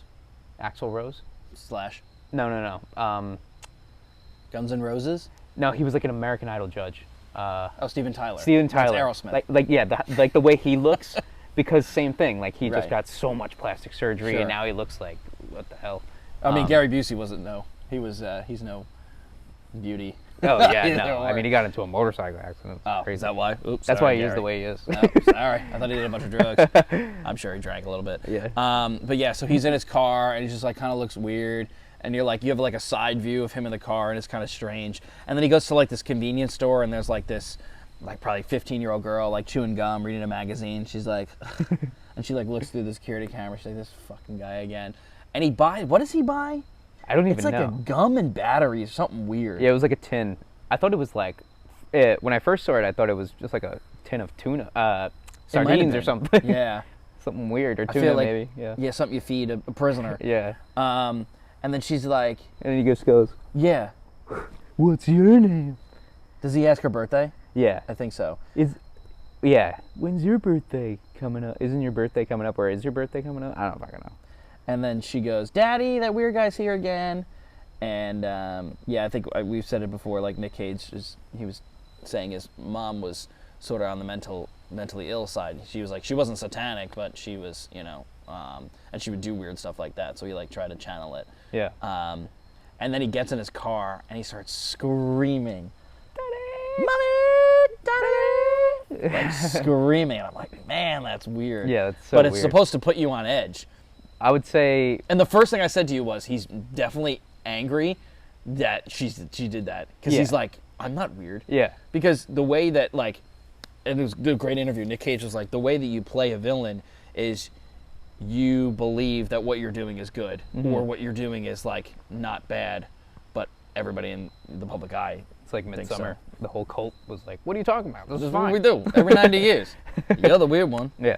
Yeah, it's almost like his brain like just couldn't process like it correctly. Like, so he just, I don't know. He just has like that weird outburst. You know? Well, maybe he was a singer, and like that's why because later he sings. Yeah, he's always that's the other reason why they infer that he might be a rock star, because he's just like, he sings that one song, "Let me in, That's I just great. need let me in," and then it just gets so loud. I love that scene because it's just so And his eyes are weird. cut off too. Like, Yeah, it's so creepy. yeah, Because like all of us, well, he like you see him like he's getting ready to sing. Yeah, Because yeah, I think yeah. he's older He and he doesn't like, start right hasn't away. done it, and he Yeah. just like, and he's like, Yeah, yeah. and he does like some rock thing, and you're like, what the hell? Yeah. And then you don't even see the mom and daughter because they're on the other side. We're them as Yeah. the audience, being Yeah, yeah, like, yeah. who is this guy? And it's interesting because it's the camera when he does sing that is like the height of the little girl, because that you can't really see his face, That's so right? Because smart. he has to come down, in the what is it, not the monologue, the prologue. Or the beginning. When Yeah, he goes, yeah, and because he has to drop down because he's like, "What's your name?" What? when's your birthday? Yeah. When's your fucking birthday? I don't fucking know. Get the hell out of here, weirdo. I love that girl because it's like everybody else in the movie is like, the detectives are trying to figure him out, and other people like think he's weird, and then the girl is like most people. Yeah. Get the hell out of here. Yeah, you yeah, yeah. freak. You doing this? Get yeah. the fuck out of here. Yeah. Which is, I feel like how most people would normally react, but because in the theater, like, I don't know, like that's why I think this movie was hit or miss for a lot of people. Even though I think it was great. That was great, yeah. But like I think people like, as soon as some of these parts happened, I was like, I knew your sisters were gonna start laughing, don't and get like it, a yeah. lot of the theater was gonna start laughing because it's like you're watching a clown. But like if you actually saw this in real life and somebody that weird came up to you, you'd be like, what the fuck is going on? Get this guy out of here. So I think that's why like some people will say like, oh, it was bad acting, it was this, it was that. But meanwhile, like we were saying before about Manson, like you watch the videos on YouTube and he's looking around like such Insane. a weirdo, and you're just like, what the I hell? wonder why this guy's locked up. But because it's a movie and it's not real, like people will be like, oh, this is dumb, like haha, look how silly he is. Yeah. But just like the movie Terrifier, like he's a clown and he's like tiptoeing around and he's smiling, and you kind of get like a like, and then all of a sudden the next thing, just knife in your throat. It's Why it's that weird. like Tiny Tim is so unsettling. It's so Because unsettling. it's just like so different. Yeah, it's strange. And it's like innocent but put into something creepy. Well, like when I like try to choose a book to read, like my dad will listen to like the basic like detective stories. Like there's a male detective, and he like finds like some killer or whatever, and the killer is like going around killing people. But this guy's flopping around, acting like silly and clowny. You're like, all right, this is interesting. This is weird. This is different. Yeah. Which makes it more interesting. It's not bad acting. It's actually good acting. Yeah. Because he's trying to play somebody that's a lunatic. Yeah, because I feel like there's, like maybe, I'm sure there's tons of different serial killers out there and stuff, but like for example, like John Wayne Gacy, yeah, like he dressed up as the clown, right? Yeah. Like he he was considered a normal guy and a very upstanding guy. So there are serial killers that are like, that I feel like, can almost, just act so well. Ted Bundy. Yeah. Everybody seemed Yeah, like exactly. he was normal. BTK had a family, I think. But then there's like ones that are on the total opposite side of the spectrum, where maybe they've, like they're legitimately psychotic or like something crazy, and that's exactly what Longlegs is. He's a psychotic, serial killer. He lives in a basement, yeah. And he worships the devil. Like Yeah. he thinks the devil's going to save everybody, like, or him. I don't know what he's thinking, but I don't freaking know. Yeah. Oh, when he does this, it reminds me of like in Pan's Labyrinth when they did that thing with the eyes. That was so cool. That's just like so unsettling. And then so then we see him in his humble abode, which is the basement, which we later find out is in her house. Yeah. Which I thought was so cool, because like the shot was to the back, and then you just see her walking down, and I was like, yeah. oh, yeah. Because like she never went into her that one door. There's like a lot of those red lighting, the weird pictures on the back. The red lighting is creepy as hell. So oh weird. my god. Yeah. And when he's sitting there like this with like a book. Yeah, and he's just on like, that gross mattress. Yeah. Like, but it makes sense, because it's like, I like how the director did that, where he's gonna be like he's in a basement, he's shunned away from society, he's like dirty, he's weird, he's old. Yeah. Plastic surgery, like he's not living in a mansion, he's not playing basketball at LA Fitness. Yeah. Like you'd hope. It's like he's supposed to be living in like squalor, and it's weird. And he's doing probably one of the weirdest professions you could probably have, which is making dolls. Like That look very similar. no offense if you make dolls, but like It there is resembles humans. there's a stigma. I'm sure people will be like, oh, you're a doll maker, interesting. Yeah. And last thing, like going with the clown thing too, it's just so interesting, because I think, again, we might have talked about this in part one, but like the devil doesn't appear as like this evil, crazy being. He might appear as like whatever is going to bring your guard down. And in this instance, in Longlegs, he is a clown. He acts like the devil, will say, is coursing through Longlegs, but he tries to come off as like this clown, foolish, kind of weird guy, because the devil, he never really tries to come out like as like Because then you'd be like, eh. or like super evil or something. You'd just be like, oh, I gotta get away, because he's always gonna tempt you. Of So course. he's always trying to go up to girls and say like, what's your name? Happy birthday. That's when anybody would be most vulnerable. Their guards down. It's my birthday. Like anything, And I have little candy kids. in my van. Yeah. And of course he's gonna be a clown to her, because she doesn't know much. She was like 9 years old at the time. And so when people are just like, oh, he's just so silly, like it was stupid, blah blah blah. Well, how do you think like some of these serial killers lure kids like into their vans and stuff? Like, hey there, little girl, like What they see I on have TV. puppies, I have puppies, I have candy, whatever. They think that these guys just like come out and go, "Ah!" grabs kids and just throws them in the van, and then some will do that, but it's Sort that's of not more methodical. Yeah. What's interesting too is like, I think this is why, I don't know why there was a big craze of serial killers in the 70s. Maybe because it was like, I attribute everything to Kennedy being assassinated, because like it was just like, all right, we don't trust the government, like Vietnam, Watergate, Iran hostage crisis, Psychedelics start being used way more. Woodstock, Yep. all that stuff. So like people are so rebellious, and it's just like a weird time. So like the rise of serial killers. Also, I think that like back then, because in the movie she's like playing outside by herself.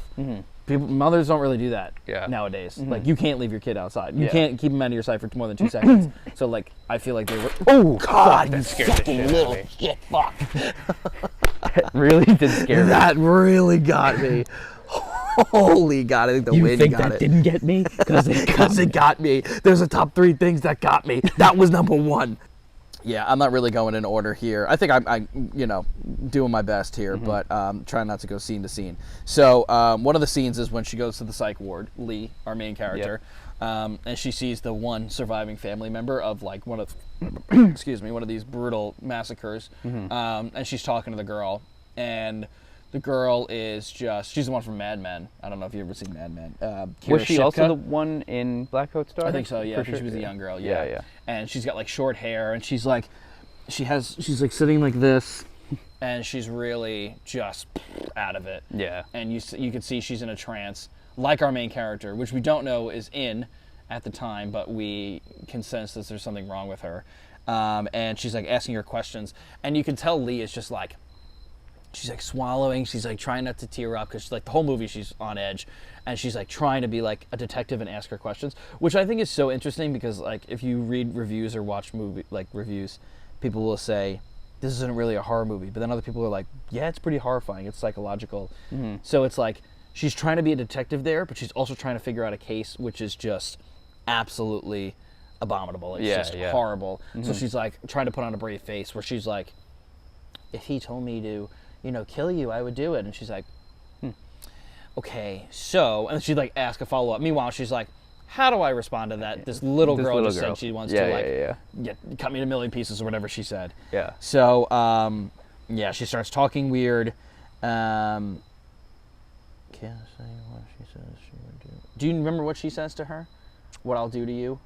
If he said something crazy. Yeah, something really crazy. Well, picture the little girl, and she's like, I think it's something with her head, like just maybe like cut her head off. I'll or have my something. way with you. But like, so the whole point of it is like, they're trying to, see if Longlegs is an accomplice, if this was even Longlegs doing, and they're pretty much putting the pieces together that somebody comes to the house and there's a doll, and I think it like possesses. Clearly, this is a horror movie because it's like about like possessing and like possession, downstairs stuff. Yeah, yeah. So it's like it's a little bit of like it's a mixed bag, which is good. And especially just because it's a crime, like you could argue that most crime movies and investigative movies are horror, because it's like, I mean, this is definitely a horror movie, but even you could argue, even if it was like an FBI agent trying to like, get revenge or something for the loss of his daughter, like that's pretty horrific. That's terrible. Yeah. Like, and if they show a murderer, like even though the murderer might not have a ghost mask on, or something, like, yeah. Horror and horrifying, like it doesn't have to be horror, like a ghost and or just like a monster, or like, right? Yeah, there's different layers to it. Yeah. People just, because I think it's just ingrained in us that it's like, oh, it's like a vampire, a zombie, demons, like something. When you see like a sports fan at a game like go crazy, you're like, fan's short for fanatic, so they're acting nuts. Which that's where the name came from. Like they're very passionate. Yeah, that's true. But anyway, so Lee's pretty much putting the pieces together. She's doing her best, and she leaves the psych ward. And she's like, "Yeah, so that was fun." Well, she tells her about the family, right? Who? The girl Tells Lee about her family. Remember, we see like her family getting murdered. It cuts to yeah, like that scene's wild. oh, with the priest. With the priest, he's in the house, and then the camera is like from the perspective of that doll that's like sitting back, and for some reason they show the mom like with the knife, like bringing it up her stomach. I think that's in the coming attractions. Yeah, and that is so so unsettling, and like for anybody who didn't think it was scary, I was like, Yeah, bro, watch that scene again. This is like weird subliminal like images that are coming at me, and I feel so and they're uncomfortable. coming fast, yeah. Well, people that didn't like it are like laughing at this point and not taking it seriously, but we're in it like, holy shit, this is so like disturbing. But yeah, so it's like, I mean, but like think about it. Somebody comes to the house, brings a doll, and they say it's from the church, so you like, they earn your trust, and then the doll possesses them, and it's like you're so vulnerable and you have no control. Yeah. That's one of the worst things that can ever happen. Yeah. And then the girl's just going like this. Yeah. It's like, yeah, I'm doing this because you're telling me to. Yeah. Normally I It's wouldn't. crazy. And then the mom goes to the doll, basically is like, did we do good? Yeah. And her husband comes out to her and bashes her to bits. Yeah. Does the priest, her, everybody in the house? The priest's like, all right. Yeah. All right, so this doll, I don't really know. And he's like, and he's just, and you see it too. I'm sure the priest too was like, we don't make these dolls. Like, where does This this ain't even us. go? Oh, you Does it say St. Killian's? They said, No. They said that you won this from the church. This is us. It's like when you go online, you won $1,000. Yeah. That ain't us. Yeah, that's super strange. So then they, like, it's the flashbacks. Because they, we forgot to mention that they go to that barn and they find the doll that looks like the girl in the psych ward. Right. And then that's how they find out what's up with these dolls. But then Lee's name is checked in, right? Yeah, Lee's name was Right. already checked into the psych ward. Which And was, those like, lights. strange.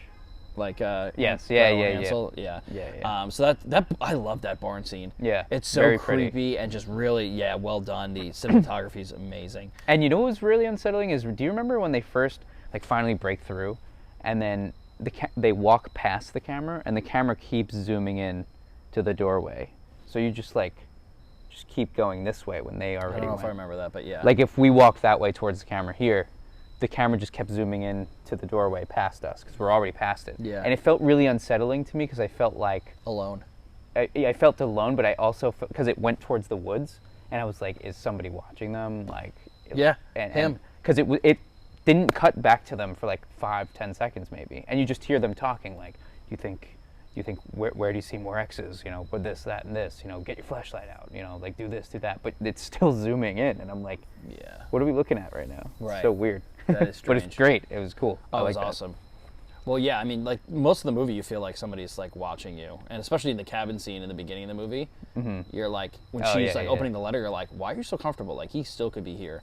And he's like dancing. He looked like he was dancing in her house too. Did you see that? Like he kind of like, I felt like it looked like he was like moving like so like. Yeah, of course, he's probably doing something weird. Because he's probably dancing and like, you know, like whatever. Yeah. That's what, and it just looks so unnatural. Dancing with the devil. Yeah, it looked like I feel like we've seen it on like Llama Art or something, Shadow Llama Art. The dancing smiling man. Yeah. That's the probably the smiling man. creepiest one, and he's smiling the whole time, but he's Yeah, dancing yeah. slowly. God. Oh, yeah. It's And things he's that are just so. And he's just looking up at the sky or whatever, smiling. You guys got to watch that. And you just hear his footsteps. He's just going back and forth. Oh, great. At that point, but it's things that are so innocent and like part of everyday life in a creepy setting that make it really weird. Yeah. Like Tiny Tim's music, like that's child music, but it's really creepy. And then the smiling dancing man, but it's like because we know that they're weird. But It's like the opposite of what you expect. Like the music in Hereditary. It's beautiful.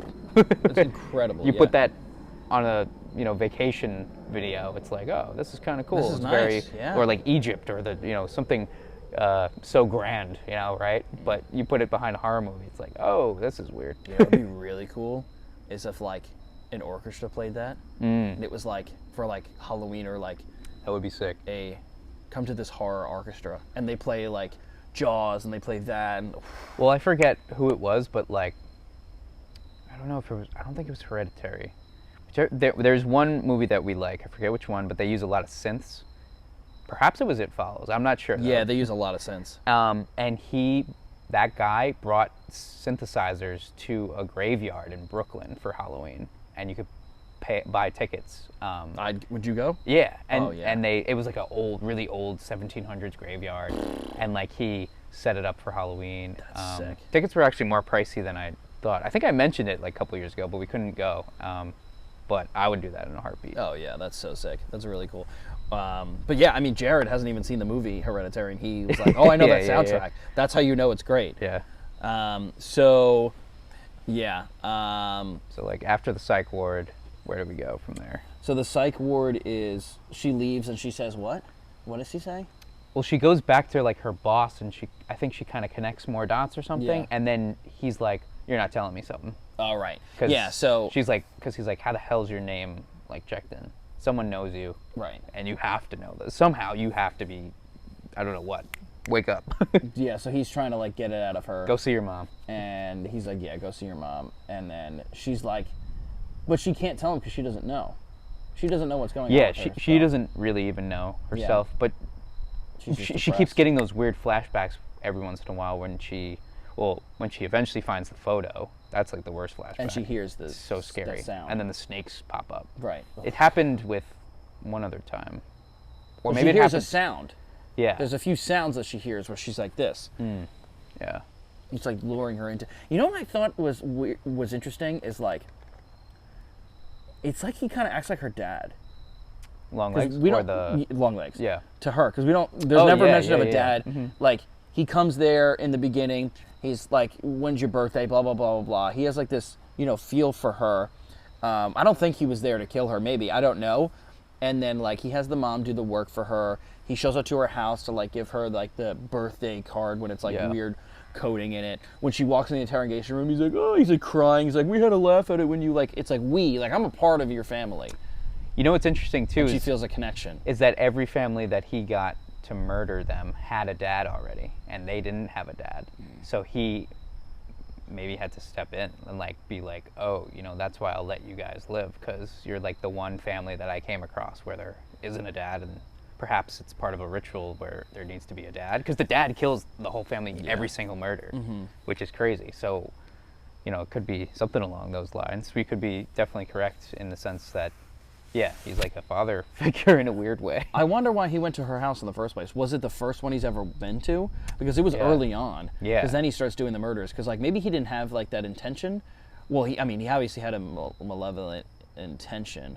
Because he fucking ties up the mom. Oh, that's a brutal scene. That is really big. That's really bad. Because the whole movie, you don't really see him do Never much. do anything, yeah. And he seems silly. Yeah. And then you're like, and he's like yelling. He's But mad. And you're like, holy it's like the shit. Joker. Like when he like when he finally has that one scene where he like kind of ties up Batman or something after Batman falls off his bike, and the Joker comes up to him and he's like, and he comes up to him or something and says, he like says something to him like really serious, and like it's just like, whoa, I've never seen the Joker get like weird. Right. Or when he's videoing the those fake Batmans, and he's like, look at me, look at the camera, and he like yells, look at me. And it's just like, oh shit. Yeah. You forget they're able to do that. Yeah, it is interesting. So I maybe he tied up the mom because I think she called the cops. Yeah. So he's probably mad. Yeah, we don't know his intention. There's a lot of like unanswered stuff in this movie, so we need a prequel or part 2 or something. Please, we need something. We need something. Oz Perkins, we need something. And then so she goes to see her mom. And you see her mom. Her hair's really straight, like a doll. Yeah. I just realized that. She does kind of look doll-like too, because she's like kind of just like. Well, she's subservient to him. Yeah. And you could tell like there's something going on. I think the TV's honestly just static, because it sounded like it was. And she looks like a hoarder. There's all this stuff, and you're like, okay, something's up. Yeah. Things usually go over my head. Not all the time. I'm able to pick up on some stuff. You enjoy movies better that way. When people are like, oh, I saw it coming a mile away. They probably lie because they don't. They're like, oh, I figured that out. And I was like, really? I didn't. Well, I enjoyed the movie now. The only things I figured out were that was her in the beginning. Yeah, I knew that. And the mom's just not telling them something. Right. But what is it? Like, what could she possibly be hiding? Well, I said to my older sister, I go, so the entire time she's trying to figure out his accomplice, and it turns out to be her mother. And that's not scary. She's like, I saw that a mile away. I go, no, you did not. Yeah, no. And if you did, okay, great. Dude, there's no possible way you could tell that. I had no clue. Like the whole story. Oh, because she was weird on the phone. Big deal. No. Big deal. Because I was like, maybe they're related, and she's like trying to like hide that side like from her. I just knew like somehow, like they all know Longlegs or had met him before, but what exactly is he to them? I have no idea. No clue.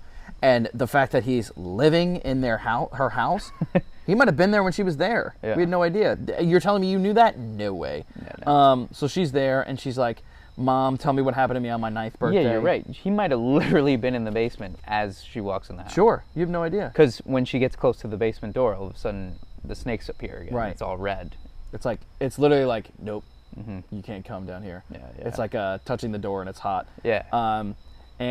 So she's talking to the mom, and the mom's like, no, we're not going to talk about that. And you're like, all right, something's going on, and there's, and they're talking. She's like, I'll make you food. And that's when she goes to the door, and And you see she's hoarded leftover teeth too, and hairs. Samples. Really? Yeah, that's what the mom. Samples. Because when she's making the sandwich, she picks up a little baggie, and she goes, "Oh, really, Mom? Gross." Oh, that's right. And then it's teeth, and so it's probably teeth from people that she's killed, or maybe are you putting it on the dolls now? Because they're, I remember one of the detectives said like, "Wow, this is really good craftsmanship," and like really realistic hair and everything, and Well, I think the Asian detective was like, whoever's doing this is like a professional. Yeah. Or whoever said it. The weird guy that like was like cutting open the doll to see the ball. Remember? Oh, that guy was so weird. Yeah. But it almost seemed like he had a fetish for it. It was so weird. Yeah, I could see that. It was kind of like a little comedic relief. Yeah. But yeah, so Lee just thinks her mom's like a little off. They probably haven't talked in a while. But what was I gonna say? She's a hoarder, and Lee's like, let's just tell me. Oh, Lee is like, this is the first time she's like brave, because you see her like, okay, what happened on my 9th birthday? You're like, all right, nice. You're starting to like ask questions, because the whole movie you're like, yes, sir, Captain, and you're like, all right, this girl like needs to like let it out. Yeah. So then she goes by the door, blah blah blah, and then those snakes pop up. Pop up. The door is for a second time completely locked. Yeah. The first time it pops up is when they're dissecting the doll, the first doll that they find in the barn. Because all of a sudden they take the ball out, and then all of a sudden she just goes into this trance. And That you see scared the me. snakes. Yeah, That was a it's jump scare. loud. There's weird sounds in it, and like We're in the theater. whispering and snake sounds and whatnot. And then now it happens for a second time when she gets close to the door. So what's funny is, to me, like, I thought to myself, she's getting close to something. But what is she getting close to? I don't know. No idea. Because you don't know. It's just like, you found these dolls. Somehow you might be connected to these dolls, but I don't know how. And now you're getting close to a door, which later on we find out is where they're making the dolls, and the lair is where he's staying. So it makes sense. Like, she's getting warmer, you know. But You can't see what I've been But to doing. what? You don't know yet. Right, yeah, you just think like, oh, maybe she has bodies down there. You don't know. Yeah, You know she's weird. But we find out that she's like progressively weird, you know, based on the first phone call. But yeah, so then let's see. So then I think this is when he gets picked up. Let's see. So hold on. Oh yeah, because the mom says, I haven't touched anything in your room. Everything's still the same. Yeah. So She finds the picture that she took of Longlegs. Because she took a picture of him on her like old Polaroid camera or whatever. right. She finds the picture in her toy chest. And then for the third time we get a Snake. flash. Yeah, that was the scariest one. I think. But they showed like a nun too. It was like the weirdest thing I've ever Really seen. quick. I don't know how to explain it. It was so strange. a lot of subliminal stuff. And I mentioned to you, I was like, it's like Fight Club. When it's Yeah. and it's so fast. And I told you, I looked up facts that they said that they played popular rock songs from back then. Oh, wow. In the background, but they reversed them, so they sound fucking weird as shit. God, so brilliant. But yeah, so which is weird that like, I mean, I get why the mom, because the mom said you were allowed to grow up, and she was like, I was allowed to grow up, which is weird. I don't really know what she meant by that, but also it's like, that's probably why she kept everything. Yeah. But also, did she not think that she would find that picture? What? Maybe she wanted her to find it? Well, I think she says you were allowed to grow up because otherwise, if the mom didn't make the deal with Longlegs, eventually, we find out, then she would have gotten murdered. They all would have gotten murdered. Yeah, so I think, I mean, the mom, So the devil allowed her to Right. grow up. everything's about her. The whole movie. Yeah. Longlegs, the mom, you know, the murders that are going, the doll, you know, it has to do with her. So, I mean, the mom's just in a trance. She's just like, my life sucks because of that, you know, one guy that showed up to our house, and I'm like protecting you, but I ended up kind of liking it. I don't know. Who knows? So then, I think she just gets so desensitized. yeah, that she's in her own little world now. She's I have so no other choice. traumatized. She's messed up for life. which is interesting because like, I feel like we've talked about this in other movies where it's like, okay, like she had a gun, right? She Yeah. came out with a gun. Yeah. And- Double barrel shotgun. Double barrel shotgun, like could have put it, like busted a cap in his fucking plastic surgery face. Yeah. And then he's tying her up, and it's like, what happened in between then? Yeah. And then it's like, you have to do this stuff for me. I don't know. I'd be like, yeah, you're old and decrepit. Like, I'm getting that shotgun back, or like, Yeah. I get it. It's a horror movie, like it's supposed to happen. Because like, I feel like there's movies that we've said that about. Maybe Midsummer with like the old people. It's like, kick them in the face. Yeah, Or yeah. whatever these other movies. Yeah, no, you're right. Because at a certain point, I would have been like, oh, okay, yeah, I'll help you out. And then when he's not looking, just get the shotgun. Right. Yeah. However, I've heard like a lot of like just in police investigations, because I do watch like some murder mystery shit every once in a while, is that like sometimes they like They're afraid. killers are so good at manipulating people because they're narcissists and whatever that like, and they'll perhaps maybe he had the mom tied up like for longer than we know, and then maybe he tortured her to the point that she became so subservient to him that like she got so scared and like whatever. Because I've heard reports where the police will say like, you know, they just didn't even make a to escape because after a while like they lose all hope and they just like, because your brain just cracks and it just goes, I can't take this anymore, and then just You just give in. There's so many like kidnapping stories where they'll like stay there for years. And they won't escape because they're like, I'm done. Or like, No one's unfortunately, coming at people me. in like, They can't find me. yeah. I'm depressed now. I can't move. I'm dead. And you also wonder why like people don't leave like abusive relationships. You're like, you know, he or she is beating you. Yeah. It's like, what are you doing? And it's like, that's not that easy. There's a whole psychological thing to Yeah. it that like messes with you. When people on the outside, it's like, it's easy to see. It's probably nuts. Yeah. So yeah, then he got freaking bug bites, scratching like crazy. So he gets picked up. I love that scene when he gets picked up by the police. camera's beautiful. And wait, so The colors how do are you great. know? How did he know he was getting picked up? He just went to the bus stop, and then I think you hear like the sirens, and then I think that's when he's like, ah, fuck. But was he going somewhere? He was probably trying to get on a bus, and then perhaps they got tipped But he has off. no reaction. Yeah. It's like he had his stuff with him. Unless he knows like they can't bring me in for anything because I'm not doing the murders. Right. I mean, they feel can bring like- me in and question me, but I'm good. That wasn't me. Yeah. I wonder if Manson felt like that. Probably. Yeah. Why not? It's definitely possible. Yeah. I'd be like, yeah, my followers are doing all this. I told them to do it. They could say no. I could lie. I could say I never seen them in my life. Yeah. I don't know. I feel like he did know somehow that they were coming because it looked like he was like prepared for it. Maybe not. Maybe he was trying to get out of Because town. all of a sudden he was just like, Because he did have bags with him. But what were the bags filled with? They say that the Asian police investigator says the bags were filled with something weird. I forget. I forget what she Yeah. says, but he had 2 briefcases or suitcases with him. Maybe it was like how to make doll stuff, like doll kit or something Yeah, like maybe. that. I think he's like, it looks like he's not like surprised because he's just so like weird clown like. He's so old. Yeah. Maybe the plastic surgery is just like made him stiff, so he's just like, okay. It Or does- he wants to get caught. It does look comedic, like when he gets caught, because Yeah. he just drops the bags and just like I don't know. I think he get might on have the wanted to ground. get caught. they just go, get on the fucking, you're about to get on the fucking ground right now, and he just I'm good, chill. But yeah, I don't know. Maybe he wanted to talk to Lee. yeah. I don't know. I think he was like, it's time for you and I to like, I don't know, whatever. Because he knows he's on the force.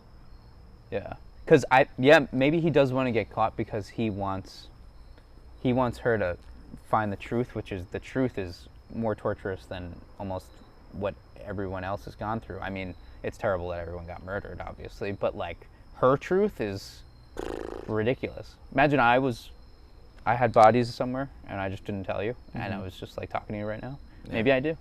Maybe never I know. fucking do. No, I don't. Maybe I put one up your ass. We don't. But the truth shall set you free. And it does, It does. Yep. but at what cost? Yeah, maybe there was something in him where he was like, I don't know, maybe I always think he like cares for her. It's like, this is my final act. Like, Yeah. now you can see, my darling, what the final act is. like a circus clown. Like, Yes. just like crazy. Love that. Love that. It's great. It's amazing. A lot of things too about this is like Nick Cage is known to be like not many people like him as an actor or take him seriously. So him in this role, being a clown makes it like funnier. Not to us, to the regular Yeah. folk who can't see past it. And, I wish just they can't didn't see say deep. that Nick Cage was in it. I feel I like, totally wish that. because you can't tell who the No, hell it is. not who at that all. is. Could have It been would have Ryan been Reynolds. so cool. I mean, the marketing was like Oz Perkins didn't want Maika Monroe to see Nick Cage. That was great. Yeah. That's easy to do. Yeah. Don't say Nick Cage is in it, Yeah. but it's like you have to do press releases and interviews and Yeah, like that's red true. carpet and all this stuff premiere, which is annoying. But what would have been great is if at the end, I don't know if we said this in part 1, you see the credits, you're like, wait, who's Nicolas Cage? Yeah, yeah. Longlegs? Yeah. What? Yeah. I would have been like, 10 out of 10? Yeah, yeah. Holy shit! Yeah, I think it What would have the gotten way more notoriety and whatnot. It would have been Oscar. Yeah. Oscar winner. He is an Oscar winner. But yeah. So anyway, so he gets picked up at the bus stop, and It's then just Ryan Reynolds under there. yeah, hello. We should see that Deadpool Wolverine. Yeah, I'd see Looks that. good. I like Deadpool. That's the one superhero I like. Yeah, because He's fucking funny. and he doesn't take it He seriously. doesn't give a It's shit. He's like, yeah, whatever. Yeah, and he's not. It's not the typical like structure of the. And it's rated R. Film. Exactly. So we see him on the TV talking. So he's obviously in the interrogation room on like this 1970 TV or 1990s, whatever era they're in, and it looks super creepy because he's so. That green kind of tinge it has to it makes him look disgusting. He's so zoomed in, you're like, and this is when you get like a really long look at him. You can't stop looking at him because you're just like, holy shit. It's like the first time you showed me Ghostmane, I'm like, yeah. what? So all the detectives are in there, and like Lee is toward the corner, and like you just hear him talking, and he mentions Lee. Like they ask him his name, he says his name. He has 3 names, which is.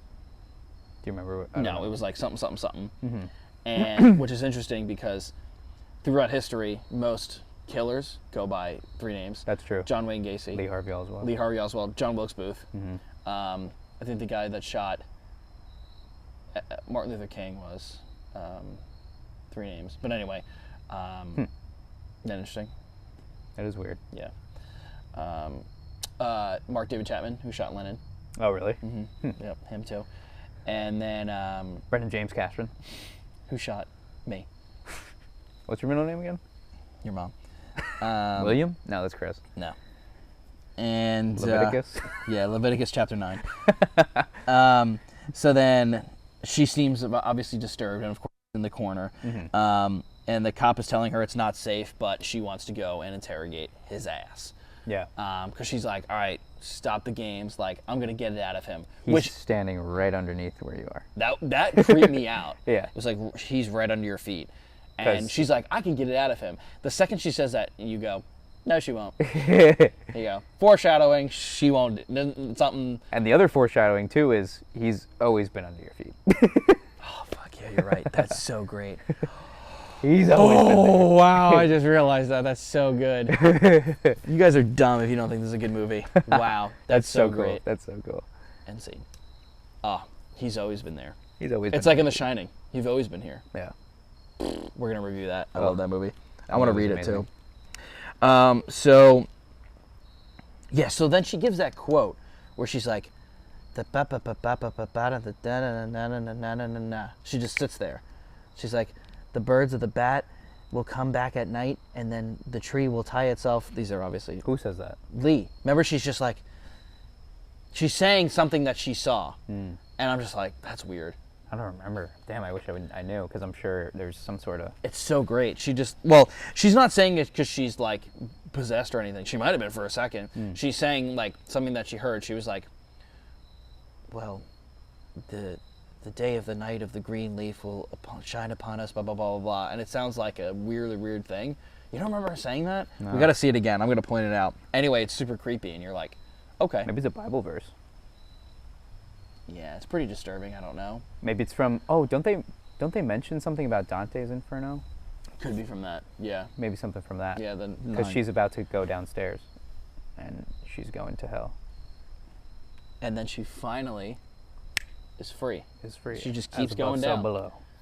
That's definitely symbolism. Yeah. Oh yeah. Yeah. For sure. She just keeps going. Well, it just gets worse and worse and worse until at the end, she's saved. Yeah.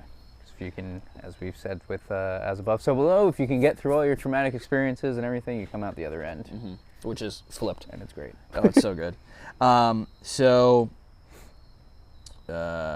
Yeah, she might have been in a trance for like 20 years. She goes down to see Longlegs. So this is her first time she's ever seen Nick Cage. She's never met him before, Maika Monroe. The coolest thing I've ever heard, and it's like not cool for her. So she's mic'd up, and I was watching an interview with her. She said that her resting heart rate is like 70 or something like that, Maika Monroe. She walked in there, saw Nick Cage. Her heart rate was 170. Jeez. They heard it through, the sound guys were like, what is that? Is that her heart rate? She went, it was just, she like had to stop because he goes like this. And he just looks at her and like smiles. She hadn't seen him for like 6 weeks. Yeah. And I'm sure the makeup is just so. Well, he on goes, point. you're not allowed to see him because I want an authentic reaction. Because it's so fucking Because good. the makeup and everything is probably so on point to, in this time period that we're living in, 21st century, that like, yeah, it probably just looks so realistic. Like, So it's realistic, like, yeah. What the fuck am I looking at right now? That's scary to anybody. Yeah. And like, that's how good they just make it seem because she's like, wait, I'm in a movie. Mm-hmm. They literally heard her and they were like, all right, cut. Yeah, and yeah. like, we got to calm you down. Crazy. But Oz Perkins, the director, was probably like, nice. Yeah. That's what I yeah, fucking yeah, wanted. yeah. Now she's going to give a great performance, which Yeah. she did. So, he's so excited to see her. Yeah, it's like her dad, like who Right. they were getting reunited or something. Mm-hmm. Yeah. And it's like a clown, like, oh. It's just so strange. He starts to cry. the birthday No. He says, it's the almost birthday yeah, girl, because okay, the day yeah. before. Mhm. I was like, why does he like birthdays so much? Yeah. Well, when she puts the clues together, like somehow there was a bunch of like, it adds up with like 6s or something. I forget what it was. Who knows? But I think it was just like every 6 something, because of course that's the sign of the devil or whatever. Stop saying that. Anyway, yeah, so I have a couple questions at the end, but we'll keep talking about it. So I didn't really know what he was talking about. It was hard It's kind of hard to follow him. Yeah. Mhm. And He's so she's crazy. just sitting there and she's like, who's your accomplice? And he's like, your mom. He didn't say that, but he was What does like, he say? if only you fucking knew. Yeah. I don't know. I wish I knew. But so they're talking and she's just like so disturbed and she's so hot. Because She is and so she- pretty. Oh yeah, she's great. She starts to tear up and you're like, oh my God, this is awful. And then That's probably the most, in my do opinion. not the say most what he said. Oh, okay. Yeah, I know. Okay, go. But what'd you say? I feel like that's the most brutal scene in the movie, in my opinion. By far, yeah. I mean, the husband axing his wife is pretty unsettling. But this is like zoomed in, Oh, and and you see his nose like come off. but he's killing himself. Yeah. And suicide anywhere is just, it's one of the most, it's the worst. That So it's one's- just so disturbing. It's so graphic because it's him hitting himself on a table, which is going to take a while. Like you can't, like most people, at least if you have a knife, you could, yeah. or a gun, it's just done. But he's like, that's the only way I could do it right now. But it's so crazy because you're just like, did he just do that? Because it's out of nowhere, he's going to end his own life. That's how fucking batshit he is. Yeah. It's so unsettling. It And lit- then she gets caught on guard, and she's like, I can't do anything. I'm not going to, what am I going to put my hand in there so he doesn't Yeah, hit him? yeah. I also, but she's probably like, fuck him. Yeah. Like, he's killing people, Yeah. but not really. And she knows like he's not the one doing it. Right. So there's someone else out there. But then what's so crazy is then, so he's like, all right, I'm done. So he smashes his face to bits, and I'm like this, okay. And you see like brain matter. Yeah, did you see his nose pop off? It's nuts. It's like just bone. And then at one point, like teeth come out of him, and then it goes from slow motion to back to normal speed for like a split second, and he has like something in his mouth, and he goes, and then you're like, Jesus Christ, because like I'm sure one of his teeth like got lodged, unlodged, and then you just see him go. And I'm like, oh my God. It's like he took a second to be like, oh, get this out of here. Yeah. Yeah. Two scenes that it reminds me of, two different movies. Hereditary, of Two. course, but he didn't do that to himself. He was. With the mom on the top, are you saying? Or No, that's crazy. No, when he's in the class. And oh yeah, that's nuts. Yeah. you're like, holy shit.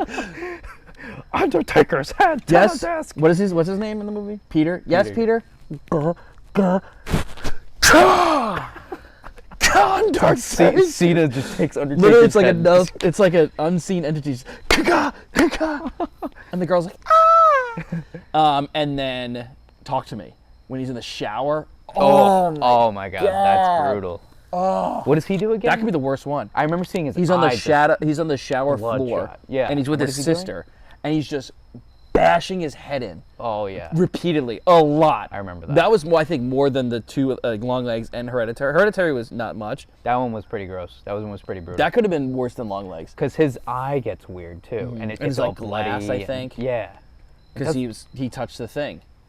Yeah, doesn't he do something weird with like the water that's on the ground or something? He's like, oh, he starts drinking his blood. oh yeah. I was like this. And he's laughing too. He has an evil laugh, I think, too. And he's like, That movie was fucked up. yeah, that movie's We crazy should watch too. that again. That was crazy. There's some weird subliminal stuff in that one too. Yeah, we didn't really talk about that much. Rogan liked it. Yeah, that's a good one. Those guys are nuts. Those directors. I listened to the whole Joe Rogan podcast. It's like They're weird, right? They're like in their they're like, just 30s or so something. ADD. It's crazy. Oh man, does They're he even notice geniuses. it? Yeah. Oh, of yeah, course. yeah. You could tell like at points like Joe's like I feel like you could tell he's kind of like, all right, like Settle slow down, like Yeah. calm down.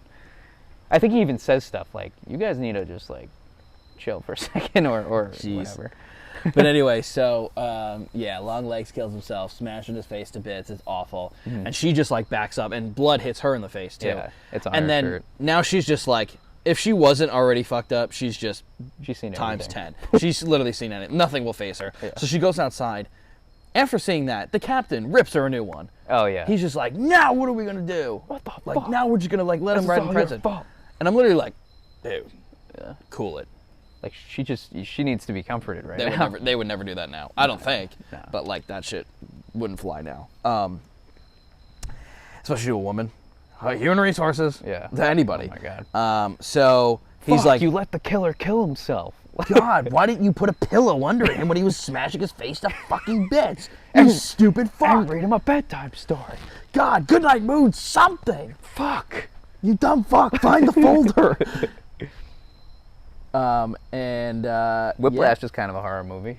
Teacher's Horrifying. horrific. He's just Makes as tries bad. to get everyone to kill himself.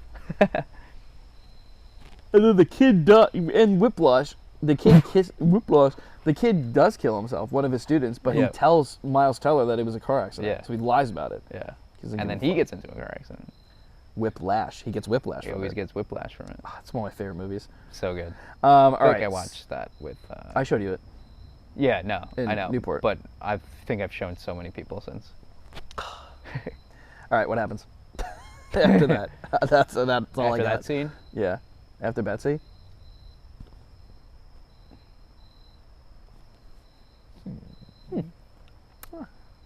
I don't fucking know. at some point she just has to get back to her house. I don't know how the fuck she get there. Drive. Shit. She's driving. Oh, well, I know she goes with the Asian lady, yeah. The Asian seductive. There goes our career. It's a fact. She is. It's a fact. Relax, everybody. We can hear you through the thing. She's top of the rank, too, so she's doing well. If I can't describe her, I can't just say black-haired lady. That's not going to help. Yeah, now you know who I'm talking about. Because there was a white woman, there's a black detective, there's a, our main character is a white woman. There's a long leg. There's a weird long leg plastic surgery guy who has long hair. There's a freak hoarder mother. And a weird coroner who So, likes balls We're out of just telling dolls. it how it is. Nothing else. Um, Like, mommy? Oh, yeah, he goes, maybe you should ask your mommy. Or something strange so like that. sinister. And Wow. then, of course, that's probably seconds before he's like, hail your mom. And when he does it, remember he was like flipping his hair? Yeah. And he just goes, and he looks like this way. Yeah, he's smiley. Boom. And you're like, that's like the full when you're like, oh, that's Nick Cage. Yeah. That would have been so cool. People would be like, who is this actor? Is that Nicolas? That was Nicolas Cage. Oh, that would've been Holy wild. fucking shit, dog. What a national Damn. treasure he is. Wow. God. But yeah, I think he says, why don't you ask your mommy? Hail. Then they kills Slap him himself. The head detective gets mad at her, and then she goes, let's just say she goes, we gotta go back to my house. Yeah. She's like, all right, I'll come with you. Right. Because I'm not gonna let you drive after what you What you just just saw, yeah. And then she sits in the back, I think. no, they both sit in the front. Whatever. But she's in the passenger seat, the main character. Asian lady driving. Pull up to the house. She goes in the house. Mom? Mom? Where are you? Where are you? Guess what I just saw? You'll never believe what just happened. You'll at work. never believe the day I just had at work. Tell me about it, sweetheart. You don't know what's going on at the bureau. The thing is, you know that boy you with? Can't find mom. And then we pan to Asian lady. And she's just minding her own business. She's just And chilling somebody is behind the back. car. And And you heard the theater go, ooh. yeah, like, What? It's one of those classic horror things like, watch out! yeah. She's there! Because you don't see it right away. And you're like, Yeah. oh shit, there's someone. I didn't know. Watch out. Did you know it was her? I didn't know it was her. I had a hunch, because like at this point I'm like, something is really up with the mom and Longlegs. Maybe spring fucking- break, 69, you know, had this We're not gonna talk child. about Maybe he is the father and she got knocked up at a rock concert and that's their kid. that. Maybe she like loved him as a singer. Like, Yeah. and she was like would follow him around. Yeah, 'cause she was a groupie. Yeah, and they were. Well, wow. if that's a prequel, there you go. Dude, Oz, we're talking to you. We'll get him on. But it was, yeah, dude, you never know. And then that's why What my theory? I'm like, they're so connected. and maybe they like, I mean, this is such a theory, but like they like, you know, he's trying to stay young because he's a rock star. He gets so much plastic surgery to the point that they don't even recognize him, and then all of a sudden they kind of like, after being tied up and shit, she's like, oh, I remember who you were. You was my favorite singer. Maybe he was looking at her like when she's getting tied up. She's like, oh no, Yeah, you the dad. maybe That that would be quite the prequel. I would love that actually. maybe the making of the baby was a little rough, and she's like, oh, now I remember. Yeah. You was rough. rough. Well, I mean, he looks like a doll, so it makes Yeah. sense that he's making dolls. Yeah, So maybe he's trying to like, I don't know, make things that look better than him. maybe yeah. I don't know. He sees the beauty in women. And dolls. I don't know what he sees. Anyway, Asian lady In the car. In the Don't know. car. The Doesn't mom's see what's running, behind yeah. her, which And is the she's mom. like, what is that hat she's wearing? she's It dressed looks like a the nun. handmaid's tale. Yeah, she looks like a nun at this point. Right. Because she kept showing up to the houses in the nun outfits to be like, oh, hey, you won this from the church. Oh, right. Every movie has. Wait, what house did they show up to? Well, eventually, she tells her story when she shoots the doll that looks like. Yeah. our But main what character. houses do they go to? Oh, the mom's house. They're at the mom's house. But she was coming back from What's the main character? I always forget. Lee. Lee goes there because Longlegs was like, why don't you ask your mommy? Yeah. So then the Asian lady is like, I'll drive you there. you ain't driving. Because what you just saw was terrible. She's just sitting in the car. And wait, I'm saying, did the mom just come back from her job? Is No. that why she's wearing the nun outfit? Maybe. Or she put it on like, I'm gonna kill Yeah, her? maybe she could tell like something like. Did you think that she knew that Lee was with her? Is that why she killed her? That Lee Or was she just- with Longlegs? No. Did the mom know that Lee was with the Asian cop? Like, why Oh. did she kill her? Yeah, I don't know. Just because she's a killer and she's so fucked up? Yeah, I mean, I Or guess. was she like, it's time? Or maybe she's like, fuck, now I'm not going to be able to do my work because they're going to find out and then they're going to arrest me. Yeah. And she had to do the last one, I think, because she was like, oh, because now that Longlegs is dead, this is the last one. Otherwise, we're going to burn in hell. She says that when they eventually Oh, really? go to It's interesting. I feel like it's like, all right, this is the last. Yeah, everything is like the last. Because he's like, all right, I'm caught. I might as well tell you, and then I off myself. Because I think Longlegs, the last family he wants to get before he kills himself is the main detective, like her boss, Lee's boss. Yeah. And so the mom's so 'Cause they're so brainwashed pure. that she's like, I can't get arrested, like right now, otherwise I'm not going to be able to finish the work that I started, and then my daughter will never be able to live freely. I think she says, so the mom kills her, and then Lee hears that gunshot, and she like runs out. She's slow to do a lot of things. Yeah. She like doesn't react when he kills herself. She, when the black cop's killing his wife, Oh, she doesn't do jack. I'll be right back from the kitchen. That is so unsettling. And she's like, Because you don't see it and you know what's happening. And then he goes, well, I'll be back. You won't. The crowd laughed. Yeah. It was kind of funny. So then, well, what's interesting is because she said, Mom, it's over. You don't have to do this. And she's like, oh, he's free now. Like Yeah. Longlegs. Or she said something like that. Yeah. Like, because I was wondering, I was like, why did he kill himself? Who killed himself? Why did Longlegs kill himself? Oh, yeah, I don't know. Because then you hear the mom say something like, oh, like, I don't know if she said he's free now or something where she's like, I don't know, like his job is done. Unless it's like part of a full it's ritual part of the or whole, something. yeah. Like he had to do it. Because that's why because she says like, Well, he probably gave his soul, yeah, oh yeah, true. so he probably had to do that, and it was it's like probably like the last thing. right. It's like a chain of people. Because that's why she says if we don't do this right now and give the last doll to the the head detective's family, like we're gonna burn in hell. Well, that's why she's doing it all. So really interesting is when Lee's like, Mom, like enough with this, like, and now you figure out like, oh shit, this is when you find out the mom is in on it. Yeah. Some people might have found out earlier. I didn't. Yeah, right. Yeah, you dumb. Well, she was weird on the phone call. That don't mean anything. You're weird on the phone. Did No, you I'm kidding. say your prayers? I thought to myself like, maybe she is like a very religious mother. And then she goes, your prayers, like, they don't do anything. Yeah. It's like, well, yeah, because you got fucked. Yeah. But anyway, so the prayers do work. Don't believe them. So she shoots the doll. Yeah, and then all of a sudden The dust comes out. The dust comes out, and then Lee falls to the ground. Like she has like the worst. It's like migraine. a voodoo doll type deal. Yeah, it's like where you put the pin in it, you feel it. Yeah, and she gets the craziest migraine. Like So, no Advil would ever explain fix that. Advil? Yeah.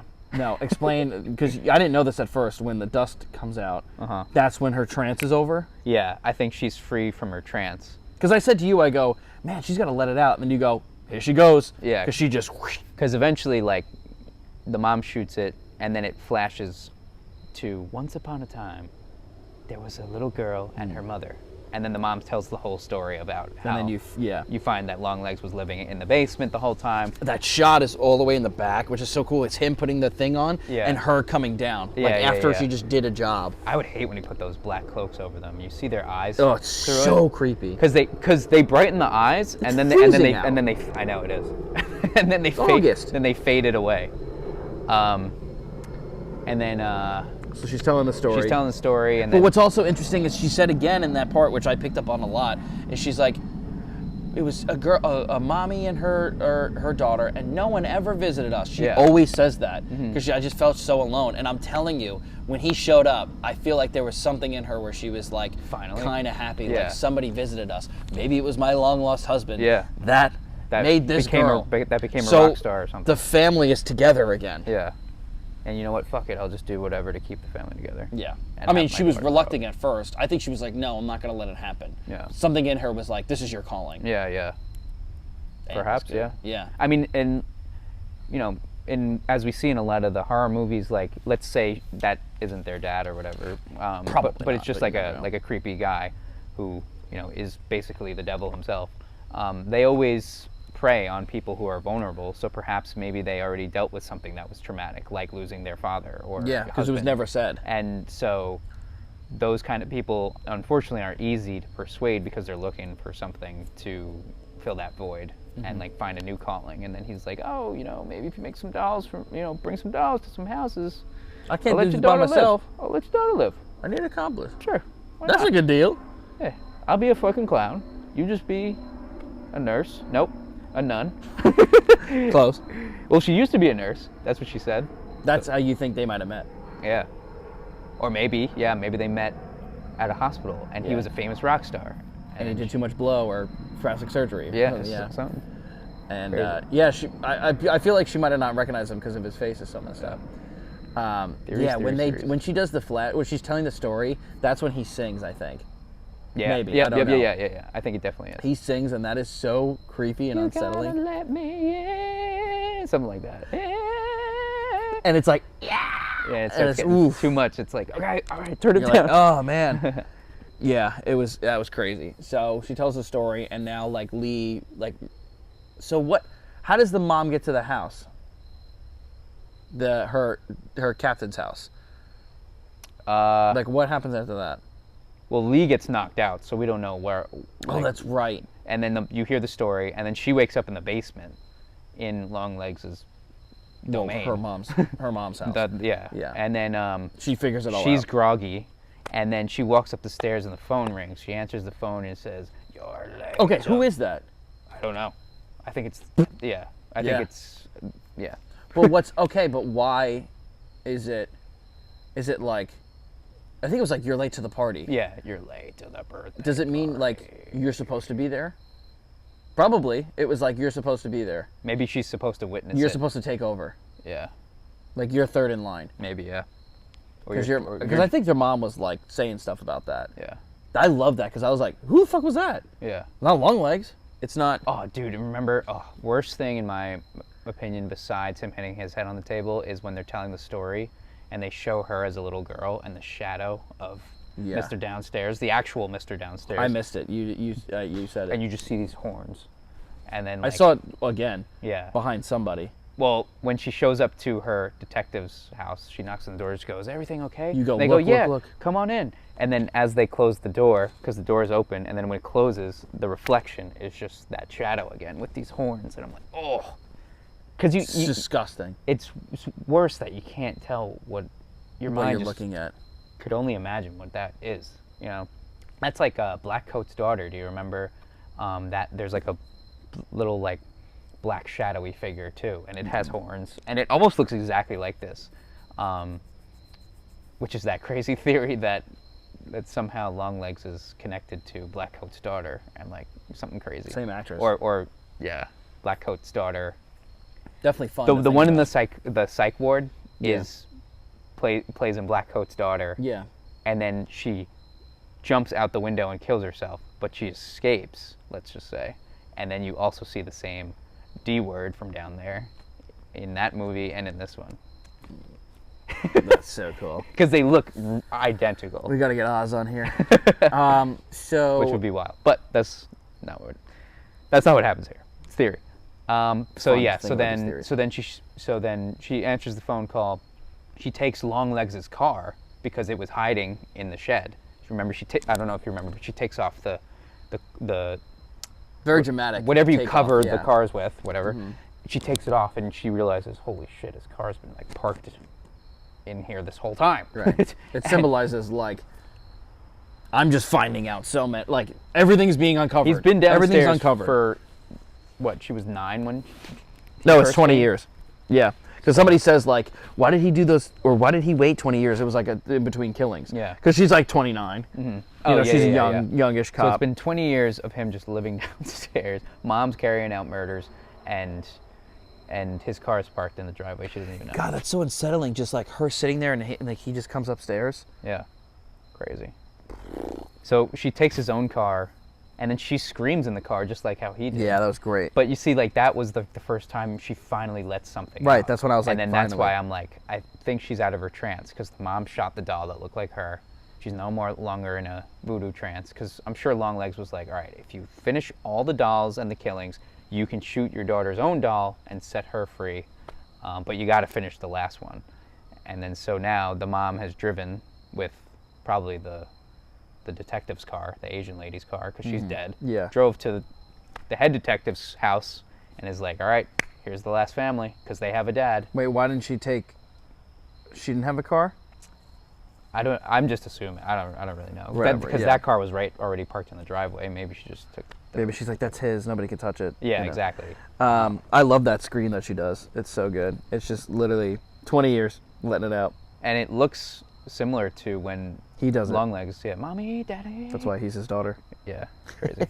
And then she's his daughter. He's his daughter. I'm your daughter.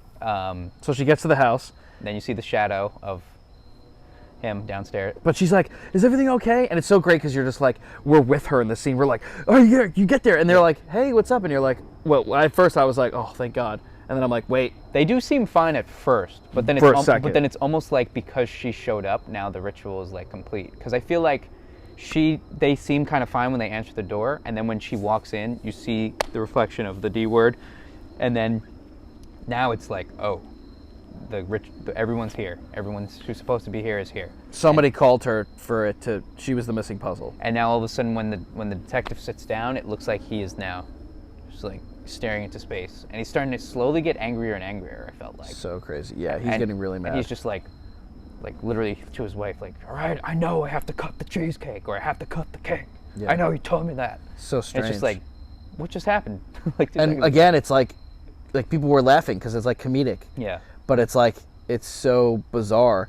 and like everybody's in a trance, and the mom is like overly nice, and the daughter's their young daughter's out of it because she's just the doll is taking over her because she's so infatuated with a new toy, just like how any serial killer or D word would coax you into it. And remember how infatuated she was with Lee, because Lee is the doll. Yeah. Boom. That's true. She was like, "Can you come to my birthday party?" Yeah. Guess who was at the birthday party? Yeah, Lee that's true. and the doll. Yeah. She ends up coming. Yeah. Remember when she was like, "I'll be there"? She does end up being there, but under different circumstances. Yeah, you're right. Isn't that crazy? And I'm sure when she's sitting on the bed, somehow that the girl is put into some little trance or something.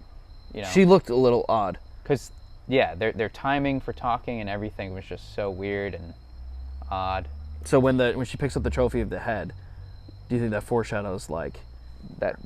I thought it foreshadowed like their family's gonna go to shit. Like the main detective. Maybe family. he chopped his wife's head off. Yeah. Probably. Or it symbolizes Lee, the doll's head getting shot. Yeah. Exactly. So good. So many things. The dad gets up and says, "Honey, can you help me with the cakes that I have to cut or some shit?" And he's like, "I'll be back." "Oh yeah, I'll be back too." "No, I'll be back. You'll still be in the kitchen." "Well, I'll be back." You won't, or something like You'll that. still be in the kitchen, he says. So like, then, Jesus Christ. Like, I think, Longlegs killing himself is horrible because you see it. I think the worst part of the movie is him killing his wife and you don't see it. Yeah. So much, because you know what's happening, and it. you as an audience member, you're like, "Oh, we want somebody help her." It was so frustrating when Lee's just standing there. I'm like, "Well, you have a gun, go shoot him." Yeah. But I don't know. Why wouldn't she move? She lets it happen. Yeah, I don't know.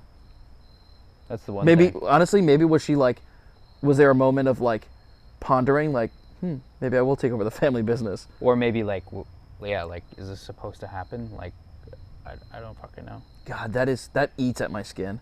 That is so unsettling. Yeah. It's a murder's happening 10 feet away, nothing's happening. And your daughter's sitting right there. The daughter's going to be like, "What happened to Daddy and Mommy?"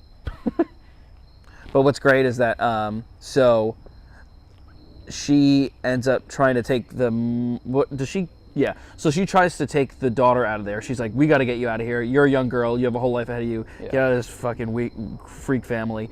And she kills the detective. Daddy-O comes back in with the knife, and then she just goes, "Put it down. Nope." And I'm like, thank God. I don't think she ever took a shot the entire movie. Because the entire movie, she's like... Yeah, no. She comes close when her detective partner, way in the beginning... But she can't do it. She doesn't do it. Yeah, no.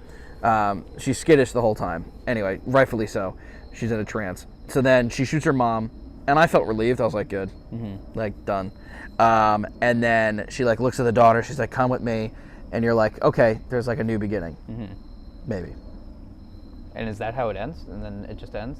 Because you hear Nick Cage's voice again, like, getting louder and like, "Happy birthday." Yeah, I think that's how it ends. Yeah. To you. And it just keeps getting louder and louder. And in a way, like, even though she's killed her own mom and stuff, like, that's awful. And Longlegs has still won. She just murdered a whole entire family as well. He's still won. Yep. Even after he's been long gone. I mean, Manson won. Yeah. I'm telling you, he at the bus stop, he was like probably wanted to get caught. Yeah. Like he's like, okay, now I can, finish it, or finish what I've. Yeah. Well, like you always hear people when, the argument for the death penalty. It's like, they want that. Yeah. Wouldn't you rather torture his ass? Yeah. Keep him locked up in there. Especially some like religious fanatics. Yeah. So yeah, that's how it ends. I gave it a 7.9 from my original rating out of it. I'll probably go a little higher. I said 8.3. I really do. I'm going to bump it up to an 8.1. I really do wish. My only gripe with it is I really do wish, again, the thing with Nick Cage, maybe don't mention it because I feel like people didn't take it serious. Yes. And then it also started to feed into me a little bit. And 100%. then also, like, I get Longlegs is supposed to look weird, but I kind of wish he looked a little different. Like, there were parts of me that just weren't really that threatened by him. Like, there was no part that when he came in where I was like, ugh. Like, No. Yeah, he's unsettling, but when like, he ties the mother up. Yeah, that was the only point, and I was like, eh. Like, but like I feel like if he looked like not as like just strange, he looked too strange. Where the whole time I was like trying to like figure him out. Like I'm like, I don't even hear his dialogue because I'm just trying to figure out like what's up with this guy? Like, why does he look like this? No one looks like this. No. Yeah. Well, I mean, I feel like crazy people do. I feel like if he looked a little bit more relatable, with more subtlety, he would be scarier. Well, the craziest thing about Ted Bundy was he was like a good-looking guy. Yeah. And he was just like everyday life, which is so unsettling. And then the other part that I think honestly when she figures out like how everything adds up and stuff together, like happens a little fast. It's pretty intricate. Like I can't even figure it out. Like I can't be like even now I can't be like, oh yeah, because 6 times 3 and this and that. Yeah, that was a little much. I think I would have liked to seen Longlegs a little more. Yeah. And I think there was I think there was a little too many questions unanswered. That's why we keep saying prequel or part 2, which would be good. But, you know, it's a 2-hour movie or 90 minutes or whatever. It's like you can't do a lot. Yeah. I don't know. I feel like I wanted to see maybe a little more for me. I can't really tell. I don't know. I don't really have many, like, things that grinded my gears. Yeah, it didn't really bother me, but it was just like little things where I was like, I think I would have done this, or like, but to each its own. Like, it was so good that we're just gonna pick little things. Yeah. Like Tin and Tina, we'd have to write a book because it was terrible. It's the worst and thing we're ever. Like, it should have done worst thing ever. a million things, you know. This was so great. I have a few questions. Let me see here. So 8.1, 8.3, that's pretty solid. Yeah. Let's see here. Do you think that Longlegs ever watched The Killings? Because if not, how is he getting any enjoyment? Yeah, I don't know. What is he just sitting there? Murders are happening. Which, yeah, he could be like, the plan is working or whatever. But like, you think he was ever in the background? Maybe like when we were in the barn, he could be lurking in the distance. He could have been watching Lee in her house his whole life. Yeah, because he does seem to be good at maybe like he creeps up on Lee's house, you know, at one point. So maybe at some point he is lurking all the time and watching somewhat, because that's the thing that I was trying to, when they first get to the barn, when the camera keeps panning, like I was saying before, I was like, is he in the woods right now? Like, is he just watching? Does he just know? Does he have like subliminal powers because he's made a deal with the D word, you know? So like maybe he sold his soul, and he's like, oh yeah, I have all these powers because of that. I don't know. Sit back. Well, what's interesting is like, he obviously needed an accomplice, especially like a young, decent-looking woman who was like, "This is from the church." If he showed up, they'd be like, "Get the hell out of here!" Yeah, exactly. So maybe he's like mad at himself because he did so much plastic surgery. His enjoyment though too is also having her mother on a chain. You know, a leash. Metaphoric chain. Right. You know, so that could also just be he gets enjoyment knowing that she's having to do it. I don't know. Right. Some of the others we kind of like pretty much talked about. Who called her at the end when she was missing the party? Yeah, I'm just gonna downstairs, say man. Yeah. Which is really cool because you're just like, whoa, what the fuck? Well, it makes sense because like 2 minutes later, he's Goat Man. Yeah. There. Every time I like think of like a goat, I just picture the witch. Yeah. Because that is just so. That or Goat Man. What were the snakes? I think there's snakes in the Bible. I think I've heard. The snake talks to Adam and Eve. Oh, duh. Yeah. As the D word. So I mean, I think snakes just represent that evil. I wrote, was he watching her his whole life, or her whole life? Probably. What were those sounds they heard? It was like a signal that he was near, or to remember him. So like she would hear. If we watch it again, I'm telling you, there was like a little. It was like a humming coming from the ball. Yeah, but there was another time when like, I think when she opened the toy chest when she would go into trances, kind of, right? There'd be a time when she would like hear something and nobody else would, and she would kind of go like this. It's almost like in Saving Private Ryan. You think I watched that fucking movie? Really? But like, you know, the beginning is terrible. I know, but when the grenade goes off and like it just sounds like a ring, kind of. Yeah, I do remember that. It's kind of like that. I can't watch it; it's so bloody. I watched it like a week ago or something. It's supposedly one of the best movies. It's my favorite. But anyway, that's Longlegs. That was good. Yeah. I liked it a lot. I like it the more we talk about it, the more we analyze it. Oz Perkins, we need a prequel, we need a sequel, we need a trilogy. You know, get Nick Cage's family in there to play some roles, but Maika Monroe is great.